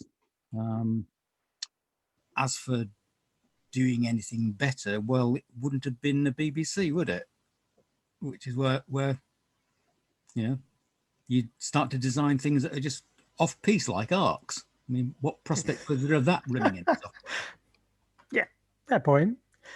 I mean, things like there wasn't any thought about multiprocess, even though, yeah, we've got the cooperative multitasking, but that just wasn't there. And I admit the way that cooperative multitasking works with the memory management is a little bit of genius, but it's some decades on now. And it should have been abstracted right at the start. Yes, That's one thing I really agreed with Niall about. You know, when it was the wrong place to do it, but time said that's how it was done. So RISC-OS 2.01 was the right time to take it out. There were a number of things like that in then, and, you know, sort of halalizing it a bit early because you knew it was going to have to happen. Yeah, we simply didn't have the time frame to do it. Even prior to RISC-OS 2, I wouldn't have said. I mean, Arthur was just an impossible time. I mean, when I look back at it now and think, oh, well, we didn't do it in 5 months. It was a year, but they actually shipped something to punters in 8 months. During which time we were not only having to put the software together, we're having to help the production engineers with their systems, putting stuff in the code. You know, there's all the things like the memory patterns for their test kits and watching things not work in the hardware, complaining about analog design. It was a remarkable feat. It wasn't bad. I'll probably go so far as to say it wouldn't ever be done again. Who the hell would be mad enough to try to write a non-microkernel in assembler for anything? We weren't doing it on our embedded boards. We just had, you know, 300 lines of assembler tops, and then everything else was in C. But, you know, you got to the point by then that it was kind of okay. And, you know, you look back and think it still only was an 8 meg ARM, and it wasn't even necessarily going to be 8. You know, the ARM 1 was running at 6 2/3. So a funny story is, I think before ARM 2 came along, you get used to, you know, the behavior of your machine and what something will assemble like. And it turned on the machine one day, and it seemed to be going a bit fast. That's a bit quick today. Turn it on again. Oh, it's slow. And other people, I got them to have a look at it, and a lot of machines are coming up with a really random clock speed, so you start timing them. And then you look at the circuit diagram and you say, is this something out of everyday electronics readers section? This is just unstable. You know, have some thought. Yeah, that can be improved. So that was A500 design. It was just the crystal would usually go at 20 megahertz and then might go, oh, shall I do 24? Yeah, I could do a nice harmonic there. And I think we only really noticed when it started crashing because it was running the EEPROMs out of spec.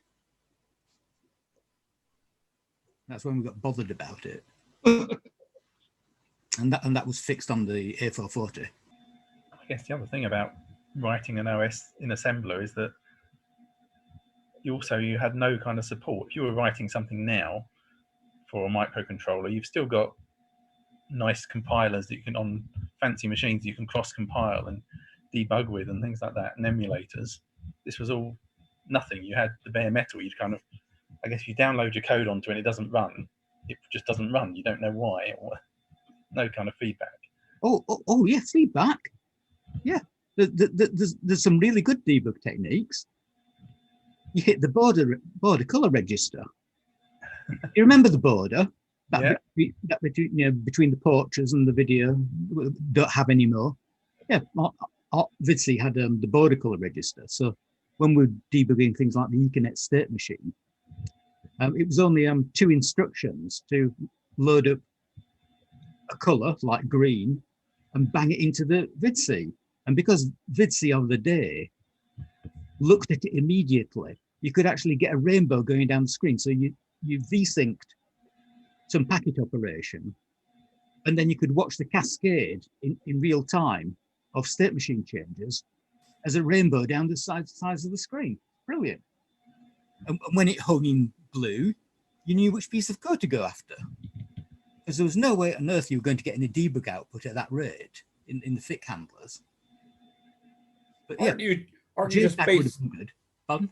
I was going to say, aren't you just basically describing the Spectrum loading screens? They've probably patented it.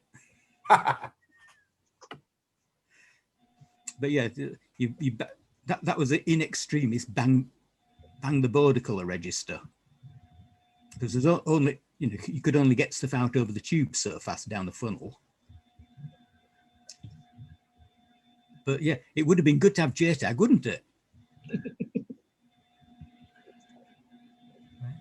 I mean, we didn't actually use the logic analyzer that much. We did that a few evenings on the Ethernet, and when we were debugging the keyboard protocol for the A305. Because that's another good example, isn't it, of hiding things from your engineers. So what's this machine called? Oh, let's call it the A1. Okay. So that's why you find things like A1 keys, because, you know, they wouldn't tell us what the machine was going to be called. The marketing department hadn't worked that out yet. Mm. Thank you for that. I have always wondered why that was called that. Glad to help. Another funny one with keyboards is, I think shortly before I left, they were designing the A3000, and that was running something like a Z80 for the keyboard controller. And rather than going and learning a new assembler system, Tim just wrote macros for all the Z80 opcodes in ASM. It is amusing to see, you know, people, you know, reverse engineered 6502s and now have them running at 200 megahertz. That's a laugh.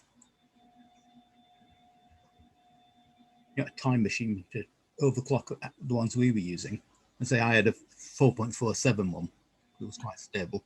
I think Sophie went through a number of them and probably had about 6 megahertz. 502. Just by picking ones out and testing them, see which one will survive. Of course, now they get the Raspberry Pi tube add-on, which emulates a 300 megahertz 6502 or something. Yeah. Its main purpose seems to be to make Elite completely unplayably fast. It was bad enough on an overclocked 6502 in the day. You go, oh, I'm just going to shoot the bloody station up and oh, which space? I've still never played that game. Oh, come on, Vince. Where have you been? I was really annoyed at Acornsoft when a lot of people started going around with Elite badges on. And I was the only bloody one who'd actually earned it. I think a friend of mine was the first to do it on the Archimedes version to actually get there. He was madly obsessive, and he did once try to get to Elite without ever saving on his A3000, which I think he got up to about deadly before he was doing some programming and managed to crash the machine. I remember getting a lot of pleasure out of, I think it was the second game I bought for the Archie, was MiG-29 Super Fulcrum. Oh, yeah. That was really good fun. Because I was at a show and I was talking to the guys who wrote it and how they'd managed to get their friends to tell them a bit more about the aerodynamics. I think the other one I bought was Saloon Cars. Yes, that was very well thought of back in the day, I remember. Really good. Except for the tiny hands on the steering wheel. For some reason, the hands were just tiny. Donald Trump. I was having a discussion with Dave Arcadian, actually, who's on here the other day, about the fact that the best games for the Archimedes were all the kind of 3D ones, because they didn't require artistic skill.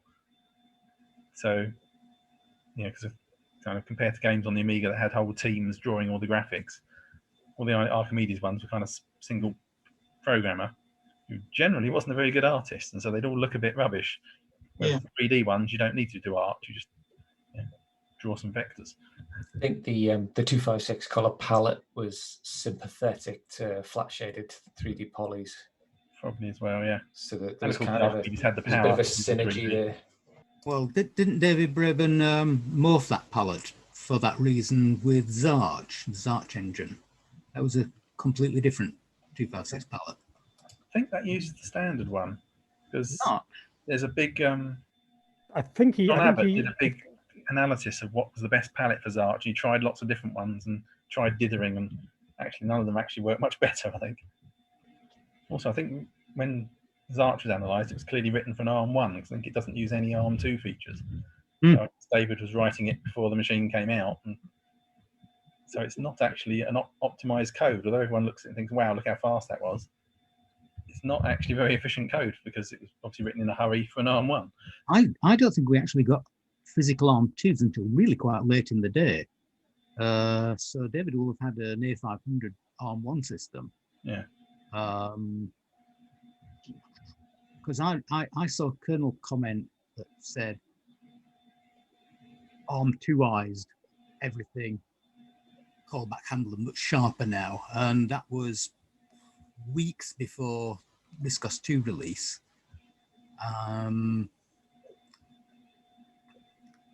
So I think there was still a lot of ARM1s in circulation until fourth quarter 88, and Zaks was being done for the Archimedes release, wasn't it? And that had already been done. So that would have been late 86, early 87, Zaks, wouldn't it? Right, it's coming up to midnight. I don't know if anyone's flagging or needs to go. I'll turn into a pumpkin. Yeah. Well, someone's just posted in the chat 6,400 kills to get, in the original Elite, 9,600 in Arc Elite. I did read something the other day saying about, was it Commodore 64 Elite gave you different amounts of score for what things you shot. So it was actually easier to get to Elite because, shooting a Python got you 5 points rather than 1. But I can believe that because some of the other ports were quite watered down in that kind of. One of my memories with games is, in two respects, was Acornsoft published Snooker for the BBC. And because it needed a brown ball, I think it had to use one of the flashing colours to do flashing red and yellow at the same time. And it was just truly horrible, especially on an interlace display. But the killer with Snooker was, it was one of the few things that managed to sneak through that wasn't kosher in its use of memory. And it didn't take account of the fact that, for instance, you might have an Ethernet installed. So packets would go by on the Ethernet. I mean, if you were testing it with just an Ethernet yourself, you think there's nothing wrong because you could trample on the memory. There's no traffic, la-di-da. Busy Betjeman House, Ethernet saturated. Packet goes past, and we seem to have added, like dropping a bomb in the middle of the table. If it happened at the same time as you were queuing, your ball took off with about 6,000 times more energy, and you just had to wait for minutes for the table to settle down into a stable state again. We like well-written software. But legal. During the talk, you reminded me when you were talking about the differences between the 4 meg machines and the page size and things. I remember that fitting 4 meg to the A3000 resulted in a goodly number of the early games stopping working because they just haven't been programmed with. That is curious. Yeah. So, people like David would have had prototype systems which were all 4 meg. I mean, no prototype system went out that wasn't 4 meg of an. I think it's more that the some of the games coders were using just production machines with A305s, A310s, and it totally flips around when they come along, buy the machines and write to that spec. But yeah, we really didn't test 2 meg until very, very late. But can you imagine a 256K system? That was just. I'm just thinking about Pac-Mania and the way that started up. It just ran this exec script, which I think it just unplugged as many modules as it could. Then it restarted the machine, and then Pac-Mania starts. I hadn't come across that. Desperate. They must have been desperate for just that extra bit of RAM. And that would have been on the 512 machines, I imagine.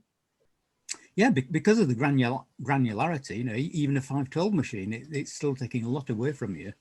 And because I was talking to Tony not so long back, and he'd totally forgotten that we had things as granular as 32K pages. Yeah. It just, it's 4K, isn't it? A page? Yeah. Absolutely. Interestingly, on the latest iOS devices, Apple are trying to, we're having to make changes. No, not iOS. It's for the latest generation of ARM MacBooks. Apple are steering people away from 4K pages. So they're making that change these days. Well, jumbo pages should be the way to go. Yeah. When you had them, and it was something that I was surprised that RISC OS, once it had got to strong arm state, wasn't making a bit more use of. Because if you've got 64 megabytes, then if you're losing 1 megabyte to store Fireworkz, it doesn't matter, does it? Yeah. And it freed up a shitload more page table entries. Jeff will know a bit more than me, but I think in 3.8, wasn't there a 2 meg section on the screen? The screen was large page mapped, so it could be aborted more easily, which was part of a requirement for how Phoebe was going to do things. So there was little bits for that, but you've got to remember that despite the fact it's running on a RISC PC, the code at the time still thinks it's running with a CAM. It's all of that code still goes through CAM mappings, and it's horrible. So every page you change causes a flush, for example, which is atrocious for performance. These days, that's not necessary because you're also not working on logical addresses, you're working on physical addresses. So there's a difference in how that works. But yeah, the remapping application space is made more difficult because your base is at 8,000. One of the things I had considered was using basically a duplicate of page 0 mapped into every single application's 1 megabyte slot. But that's wasteful itself, and it's also painful to have to keep synchronized. Of course, if you move 0 page to be higher in memory, that problem goes away. You've still got scratch space to deal with, but yeah, anyway. Yeah. Sorry, ramble. Scratch space is just an utter bodge, you had 16 you didn't know what to do with. I'm assuming that scratch space has now gone from modern systems. But I doubt very much that it actually has. Certainly on the RISC OS I'm using, I have to have scratch space there because things like FileCore and File Switch expect it to be there because they try and use that for accelerated copies and other things. It's nasty. I have a feeling that Heap Sort uses it as well at times. Does it? I thought one of the specs for that was that it didn't actually use any external memory. I could be misremembering. Some of the clients it might be on a flag, That's possible. I may be misremembering. I've not RISC worked. OS, there's always a flag. Heap Sort was one of my best bits of register coloring because when I first implemented it, I was having to use push at least 5 registers, and I just sat down with it and hacked away at it and hacked away at it. Got Tim to look at it. He found another one, and eventually you could run Heap Sort all in registers. Back in the day. That's cool. I think Heap Sort uses it unless I think it checks the size of the thing you're sorting, and if it's less than 16K. I had a vague recollection of if there's something large, it goes and uses that. But I don't remember. Lovely. Heap sort one of the ones as well that it stored some flags in the top few bits, and therefore it fell over if you. Yep, that's why heap sort 32 exists. Oh, you'd think we'd have learned, wouldn't you? Yeah. Who needs more than 64 mega memory? That would have been you back then, wouldn't it? When you... The worst thing is that some of us had actually lived through this transition before. If, on the IBM System 370, that only had a 24-bit address space. And the model they replaced the 165 with, the 3081D, that had what they called the IBM Extended Architecture, which was a 31-bit address space. It still kept the top bit reserved as 0, so you could always trap in it because so many things were using negative values as rogue values for pointers. So you had 31-bit, but certainly the guys who were writing the Phoenix OS at Cambridge got trapped a few times by having stored flag bytes in the top word, or top byte of an address. And we knew that, and still we did it.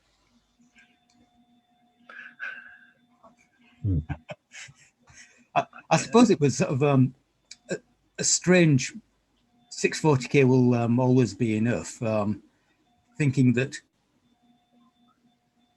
we couldn't envisage that a single program would ever need to be more than 64 megabytes.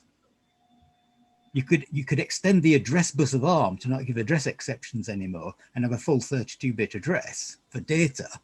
But somehow, once we got the hot desking 8000 going, you thought, well, is there any point to more than 64 megabytes in one single process as code?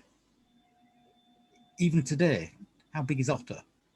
Plus, I suppose you were trying to squeeze as much performance out as you could, because you only had an 8 megahertz CPU, no hardware acceleration of graphics or anything. So if you could save a few cycles, it mattered.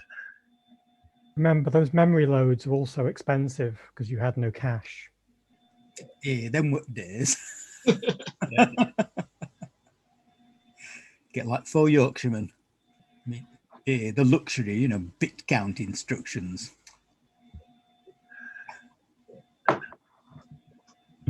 Had to lick road clean with tongue. Now everything goes 64-bit. We were going to say, thinking we'll never need more than 64 bits. Really shouldn't in this case, because there's a lot of what would you call it? Bit stuffing goes on with 64-bit pointers, because who can conceive of fully using a 64-bit address space? So there's a lot of people going, well, we'll only ever use 56 bits of it, so let's steal these values at the top or the bottom of the pointer. So there's a lot of that in iOS's Objective-C and Swift runtime. They've kind of cut it off at that 56-bit size, which is kind of fair enough. Yeah, I mean, that is kind of enough to reference every atom in the universe or something, isn't it? Yeah. So it ought to be all right. Yeah. Cross fingers. Yeah. Well, what if you want to go beyond atoms and go for subatomic particles? Yeah. Well, we need to, when we get to Firefox version 150, and it. Well, the way next week, the way Firefox is updating its version numbers, you'll need a 128-bit number just for the version number.